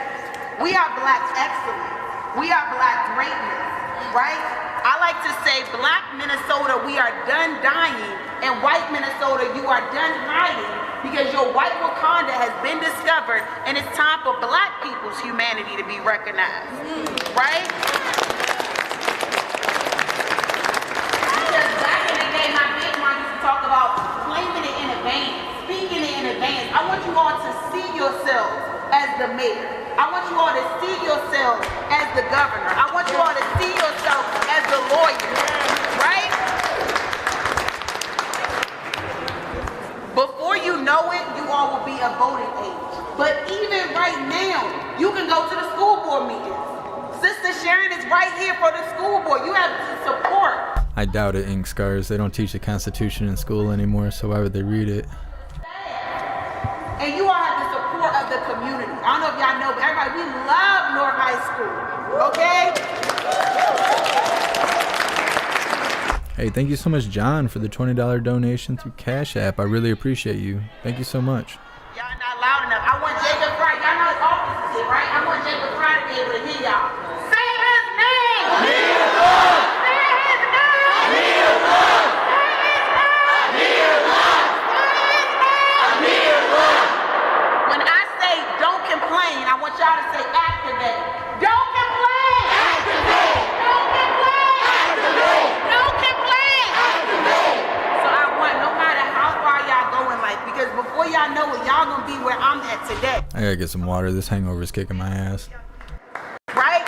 Because y'all are not the future. They got it wrong. Y'all are the now. Y'all are the now. It is y'all time right now. I'm like, they need to run for office, right? It's almost their time. We need to be moving and preparing you all to be the leaders. Because we can't keep asking. We can't keep begging. We can't keep demanding. Because people keep dying. I came here for law school 7 years ago. My first protest here was for Jamar Clark. Y'all remember Jamar Clark? Where y'all was at? Middle school or somewhere? Yeah. Okay? And look at y'all now. We're still here. Black men are still dying. I went to Louisville, Kentucky and got arrested for the first time in life for Breonna Taylor. Because her black life didn't matter. And had they fixed no-knock warrants with them, we wouldn't be here now. Amen? Amen. And so I want you all to be the change that you want to see. I am so proud of each and every one of y'all today. I want you all to feel empowered when you leave here today. Your food was amazing. I want you all to feel empowered. These your words was amazing. I want you all to know that we are standing with you. Okay, I love you all. My name is Leslie E. Redmond. Follow me on social media, inbox me. Let's figure out how to get you all plugged in, involved, and activated. Amen? All right. So, thank you. First of all, thank you. Talking about the food. Yeah, I'm hungry. Oh, gotta go to the budget. But thank you for that. I can take the that's cool. Hey, yo. Hey, that's cool.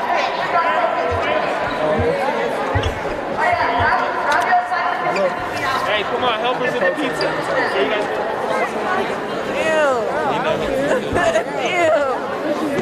What the hell? It's a mic.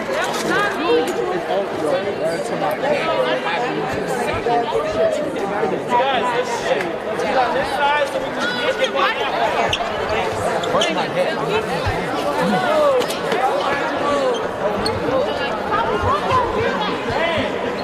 I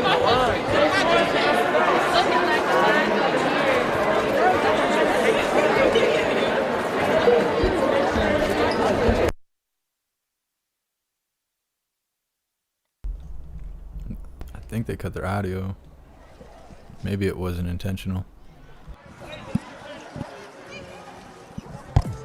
All right, if you guys are with us, we are getting ready to speak to hopefully some of the city officials about what the students have said today. We are at a sit-in at the Minneapolis City Hall. As you can see, high school students have stood up and demanded justice for Amir Locke. Brandon, I've never even heard of Casper's. Mainly, I believe, from North High School. They walked out at 12:30, caught the city bus here, and have been sitting in. What's unclear at this time is just how long they plan to sit in. We're not sure if this is going to go just for the work day or school day, or if they plan to stay even into the evening. So we're going to keep an eye on this. We also know that there's a few other protests that are planned tonight and this evening as well.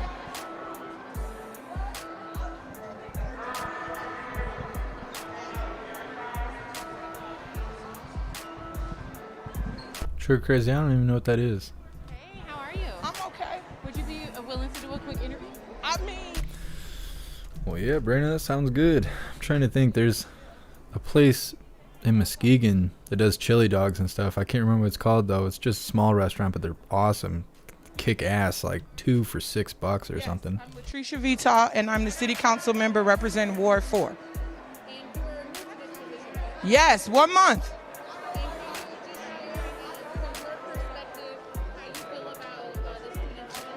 I think it's wonderful. You know, I've just said to some folks, like, I would have been one of these young people when I was in high school 30 years ago. Like, I think it's their right, and they should know that it's okay to walk into City Hall and express yourself and tell elected leaders how they feel.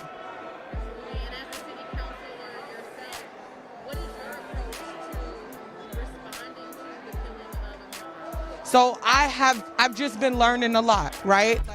One and only Ree? Nah, I'm not sure. Warrants were banned in the city of Minneapolis, and I've just been learning. I've been here for a month. I want to make sure whatever next steps we take, we do it right, so we have no tragedies in the future. So I'm doing my best to work with my colleagues on that.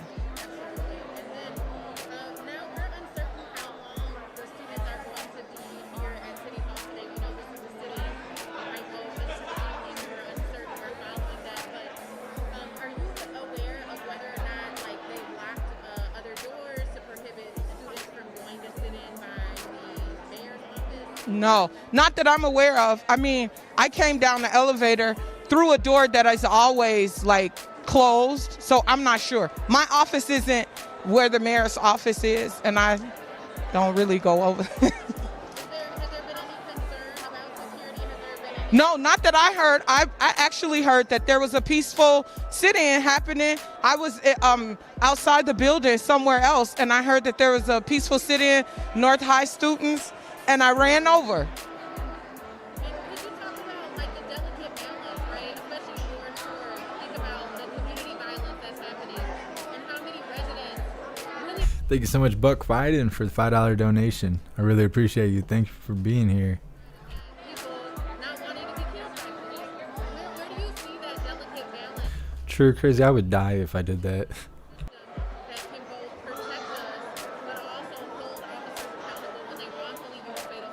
That's such a good question, Georgia, and I think that that's something as a community we all have to work on.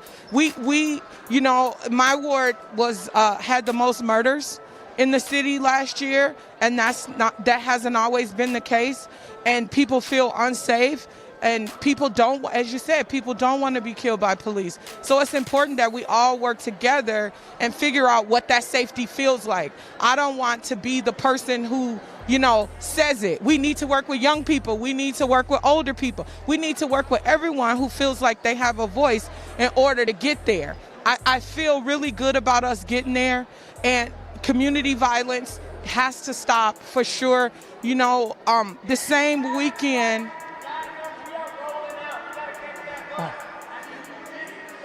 the same weekend, I lost a young man that I love, that I watched grow up.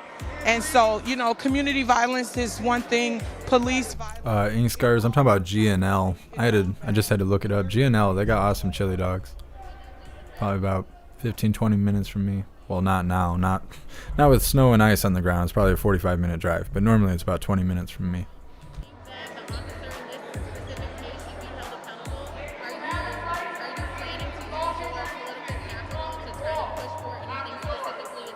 So I don't know enough. Somebody brought the protest pizza. Things are still coming out. Feels like old times. Speak and say something. I'm not the elected official that's going to give people false promises or hopes of things that I don't know if I even have the power to do. So I'm taking time learning, finding out more, and I hope that, you know, in the near future that we all make a great decision. Absolutely, Ink Scars. I agree. I think it's great for people to reach out to their elected leaders or their community members. Lean on people in these hard times and understand that, you know, there's people here for you to talk and listen through. You know, we have to grieve these things. What's up, Gang of Four? We definitely have to express ourselves. Teresa, thank you so much for your time. Thank you, Georgia. Absolutely. Thank you so much, Homeless, for the $5 donation. I really appreciate all the support. Thank you for being here. Speak to a few others here now as well. Hey, how are you? Thank you so much for speaking with me. We're live streaming right now. Okay. So if you could just share. Is that Mia Khalifa? Familiar with who you are, what your name is, what your role is, and what you think about the students sitting today. Yeah, my name is Aisha Chugtai. I represent the 10th Ward on the Minneapolis City Council. Brandon, that sounds badass. And I'm really excited that we have so many.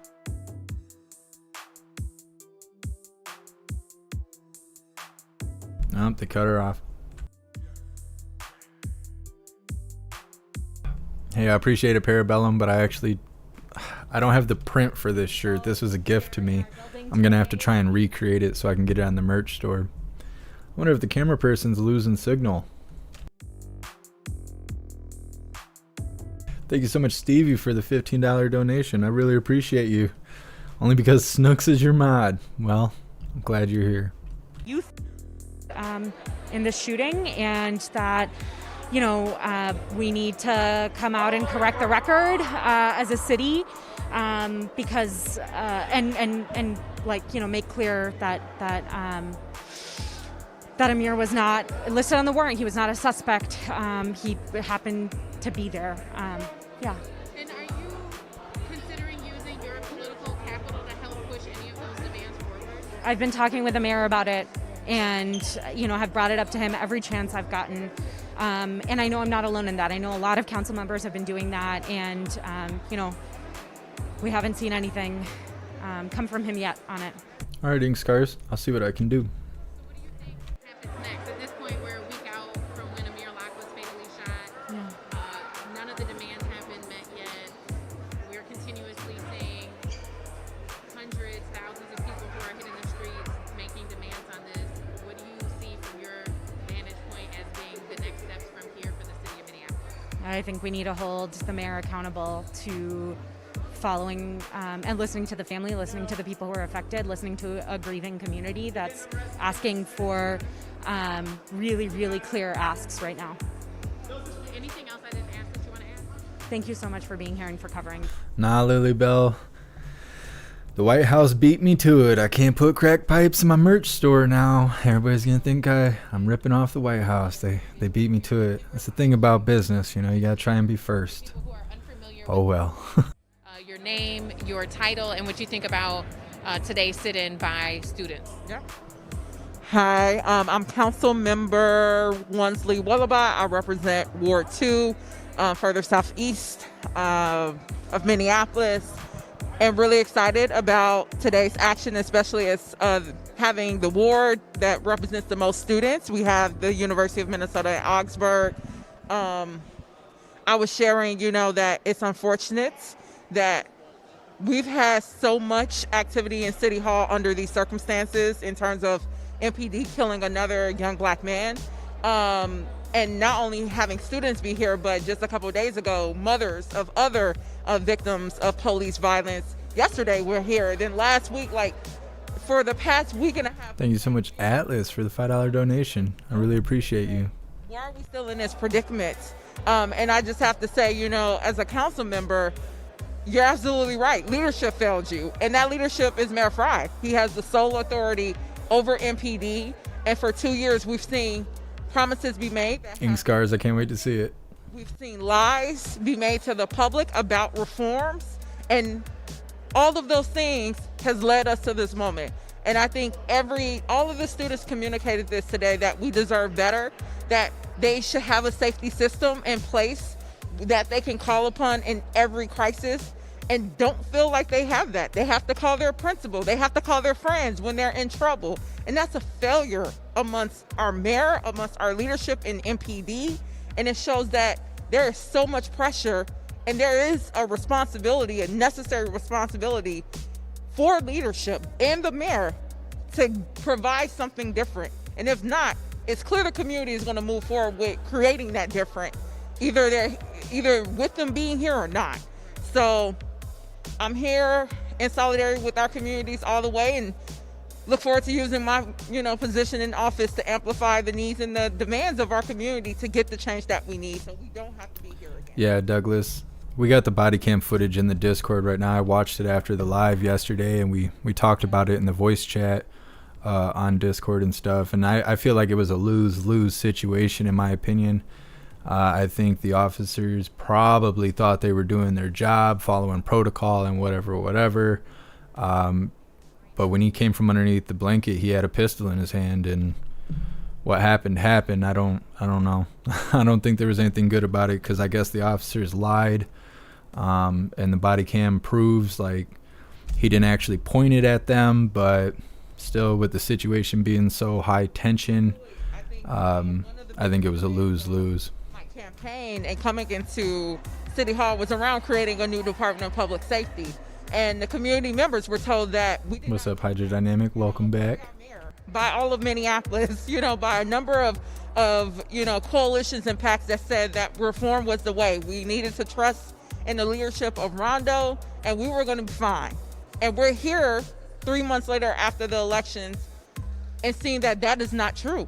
We don't have a chief in place that is providing leadership, that's enacting reforms that was promised. And we also don't have a mayor that is honoring the promises that he's made to communities over and over again during his 4-year tenure and in the wake of, George Floyd's murder. So I think we need actions like this. We need the community to come out. I wish, students would have went all throughout City Hall so that the mayors or council members could have heard. Were some of the doors locked? I heard that there were Yeah. Kayan, they're in Minneapolis, Minnesota at their City Hall.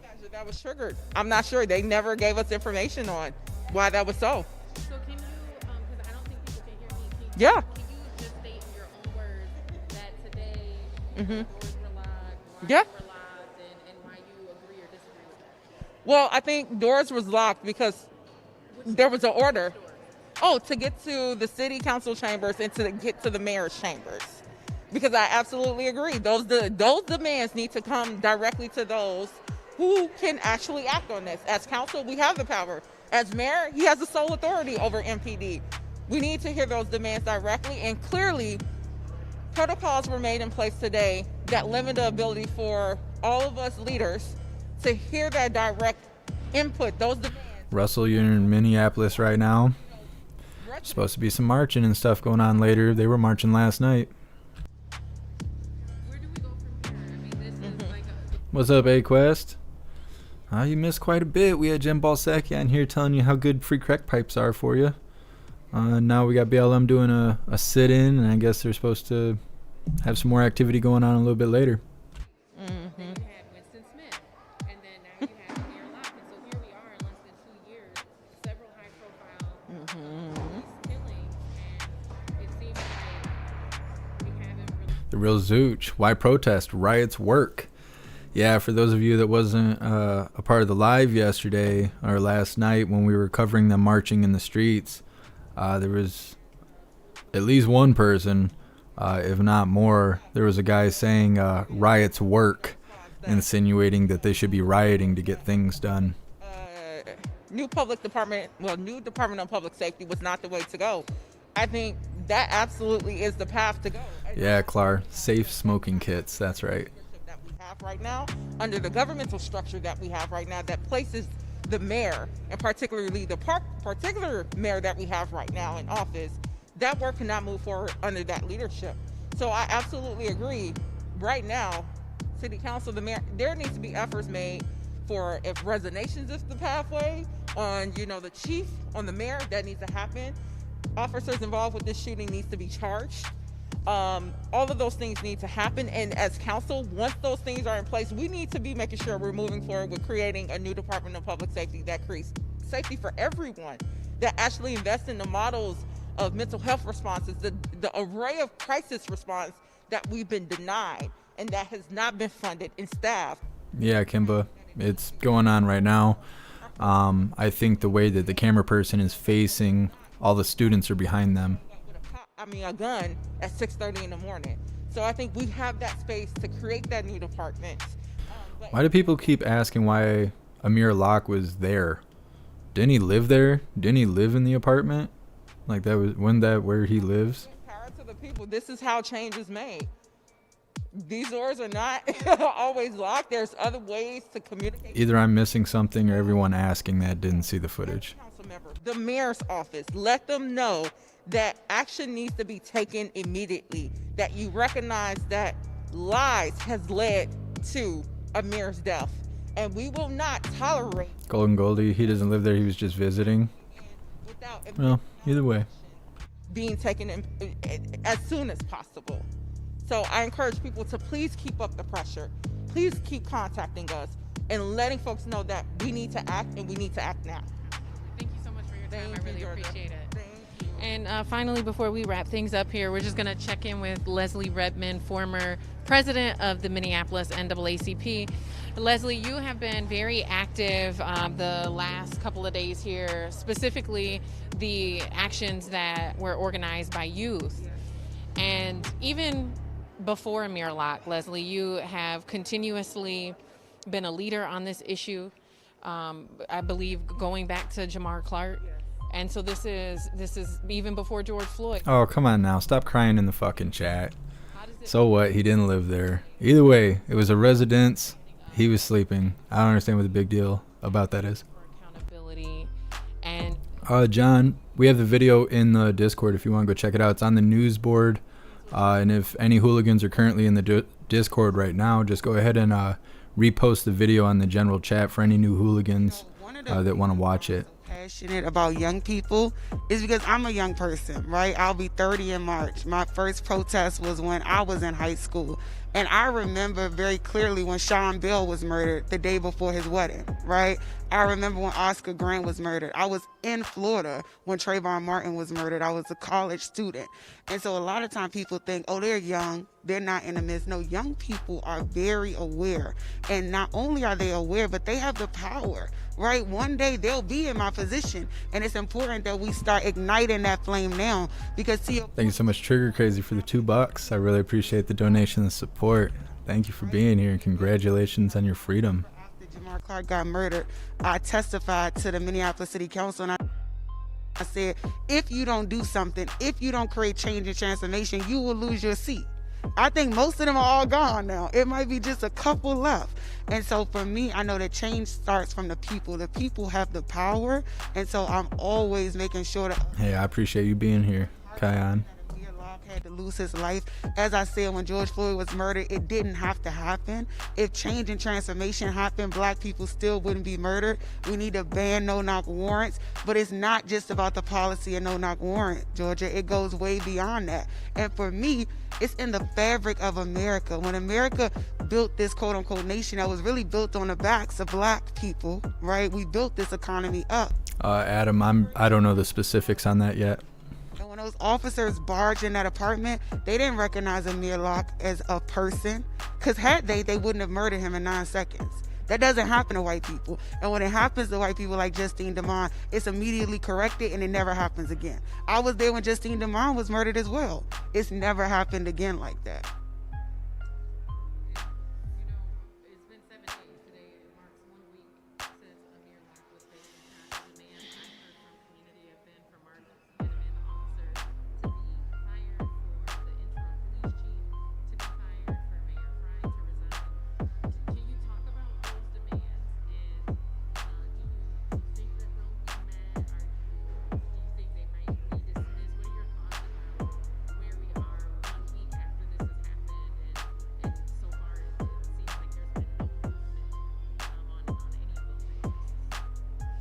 Georgia, it's crazy that it's like crickets, right? And this is what I'm talking about.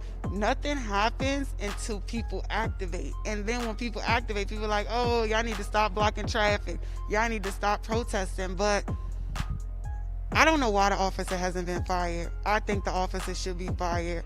I don't know why interim Chief Huffman is still in position. I don't think she should be in position. And as for Mayor Fry, I think that he's in a very pivotal place right now, right? Like every move that he make is going to be important. And if he doesn't make the right moves, even if he doesn't run for re-election, this will be his history. This will be the legacy he leaves behind. It'll be that we lost George Floyd and we lost Amir Locke on your watch, right? Hey, no worries, Eric. I appreciate you being a part of the live. And I'm just tired, you know? I'm tired. And I remember George Floyd being murdered, and I was already exhausted before that. And then Dante Wright was murdered in the middle of Chauvin's trial. Like, here we are again. Like, one young lady said, I've been exhausted for 2 years. She said she's been tired for 2 years. We're sick and tired of being sick and tired, and we want change and transformation. And if you all don't create change and transformation, you won't be in position of the power anymore, and we'll just remove you, and prayerfully the next person will. And also, Kion, they are at the City Hall in Minneapolis, Minnesota. I don't want to jump over that like you didn't say it, because you did say it. That's not my specific demand, but I do think that people should be awake and alert, because the power still lies in the people. And if the people get loud enough, change will happen.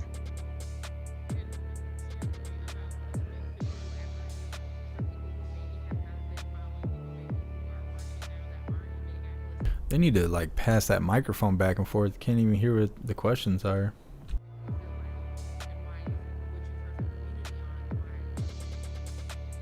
100%, and I've heard you say it as well. It's a combination between the chief and the media and the press and what has been communicated, right? So what we have demanded time and time again is transparency.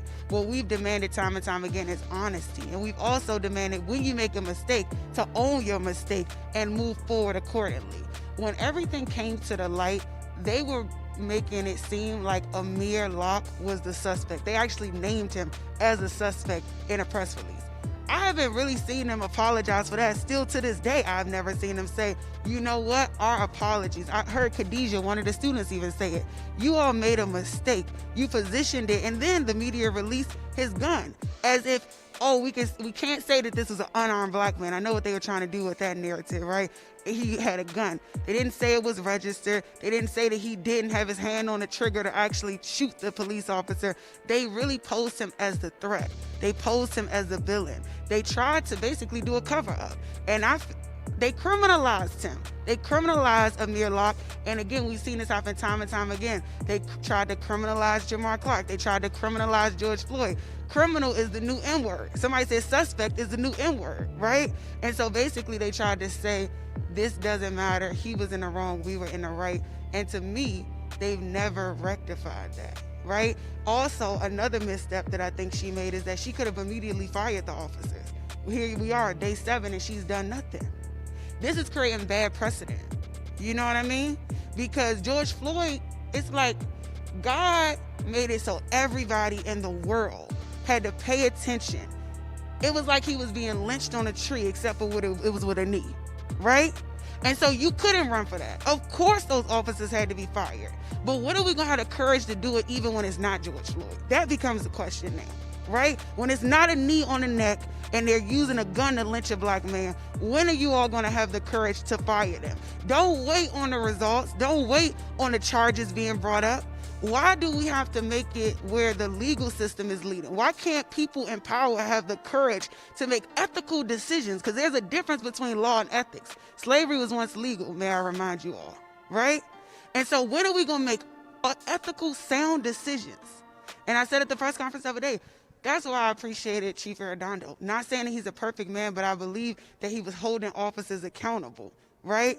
Not only did Huffman not hold officers accountable, not only did she allow Amir Locke to be criminalized, when she was questioned about it and when Mayor Fry was questioned about it, they walked out of the press conference. And I haven't seen them back. I've been at so many different community events, so many different community uprisings. When are you going to be a servant leader and serve the people and show up to the people? Both of their offices are here, right? I know they know the students were down here. If I was in leadership, I would own it and I would come and face the people. But it is what it is, I guess. I don't know. I think if I was trying to prove to everyone I was being oppressed, I wouldn't be wearing Louis Vuitton earrings. Amir Locke's family, I want to send my love. That's just my opinion. Who has had to relive this trauma. So many families have lost their lives to police brutality, right? Shout out to family supporting families. And I want to say that enough is enough. Not one more Black life can be lost. Not any more blood should be shed. It is time for us to really recognize Black people's humanity. It's time for us to get the reparations that we deserve. It's time for us to get the repair that we deserve. I haven't seen the governor, I haven't seen the mayor's office offer any mental health support, any healing spaces, anything, recognizing that the people are in pain, and this would never happen. What's a healing space? Well, Leslie, I want to thank you for your time, and I also want to just acknowledge you as a Black woman who has been leading in this community on this issue, that you've continued to sacrifice your body, that you continue to show up and use your voice. And so I just want to thank you and affirm you, because this is a very challenging time. And for those of you guys who are watching, how can folks follow you and support your Don't Complain, Activate campaign? And I love you, and I thank God for you, and I thank God for your leadership and for you capturing the real stories that's going on in the community.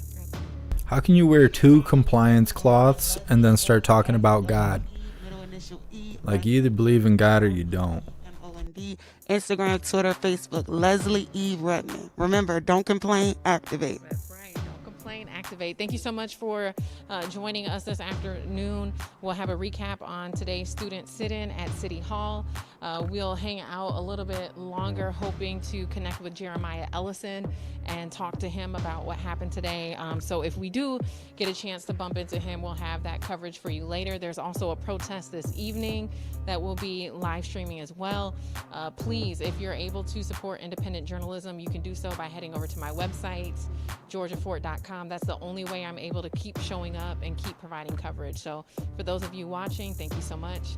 In Minneapolis, I'm Georgia Fort.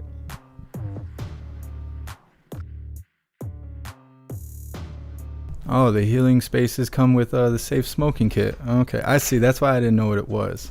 I wasn't sure. I was not sure.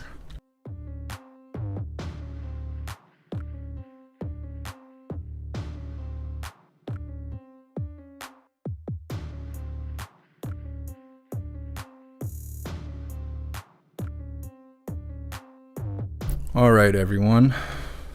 That's pretty much it for now. That was all we had going on. We covered all the White House stuff. But like they had mentioned, there's supposed to be like some marching and rallying, protesting stuff going on a little bit later. So we will be going live again to cover all that. I think I'm actually going to take this live down after we wrap it up. I'm going to cut it up and make clips of the important parts. I think that there was too much stuff said during the Jen Psaki stuff, and YouTube's going to give me trouble over it, and I'd rather not fight them. So we'll just clip out the fun stuff, like where they were telling everyone that free crack pipes are a good thing. So we'll have stuff like that uploaded as soon as I get it ready. Big shout out to everyone that made donations, joined the membership program, or purchased any merch. I really appreciate you guys, and I wouldn't be able to do this without you. So thank you so much. Probably gonna get some food, maybe get some drinks and stuff. No beer for me. Drank too much beer yesterday. But I suggest you guys do the same. Go get some food. Go do something fun. Pull your head out of the news for a little bit is good for you. You know, what's good for the goose is good for the gander, all you hooliganders. I appreciate you guys so much. Please join the Discord, subscribe, and follow if you haven't already done so on whatever platform you're currently watching. And I will see you guys soon, later today, for more nonsense, crying, and whatever else we can find. So thank you guys so much for being here. I appreciate all of you, and I'll see you on the next live. Until then, stand tall, shine bright, and that's a wrap. Thank you, The Real Zooch. Thank you so much. I appreciate the donation.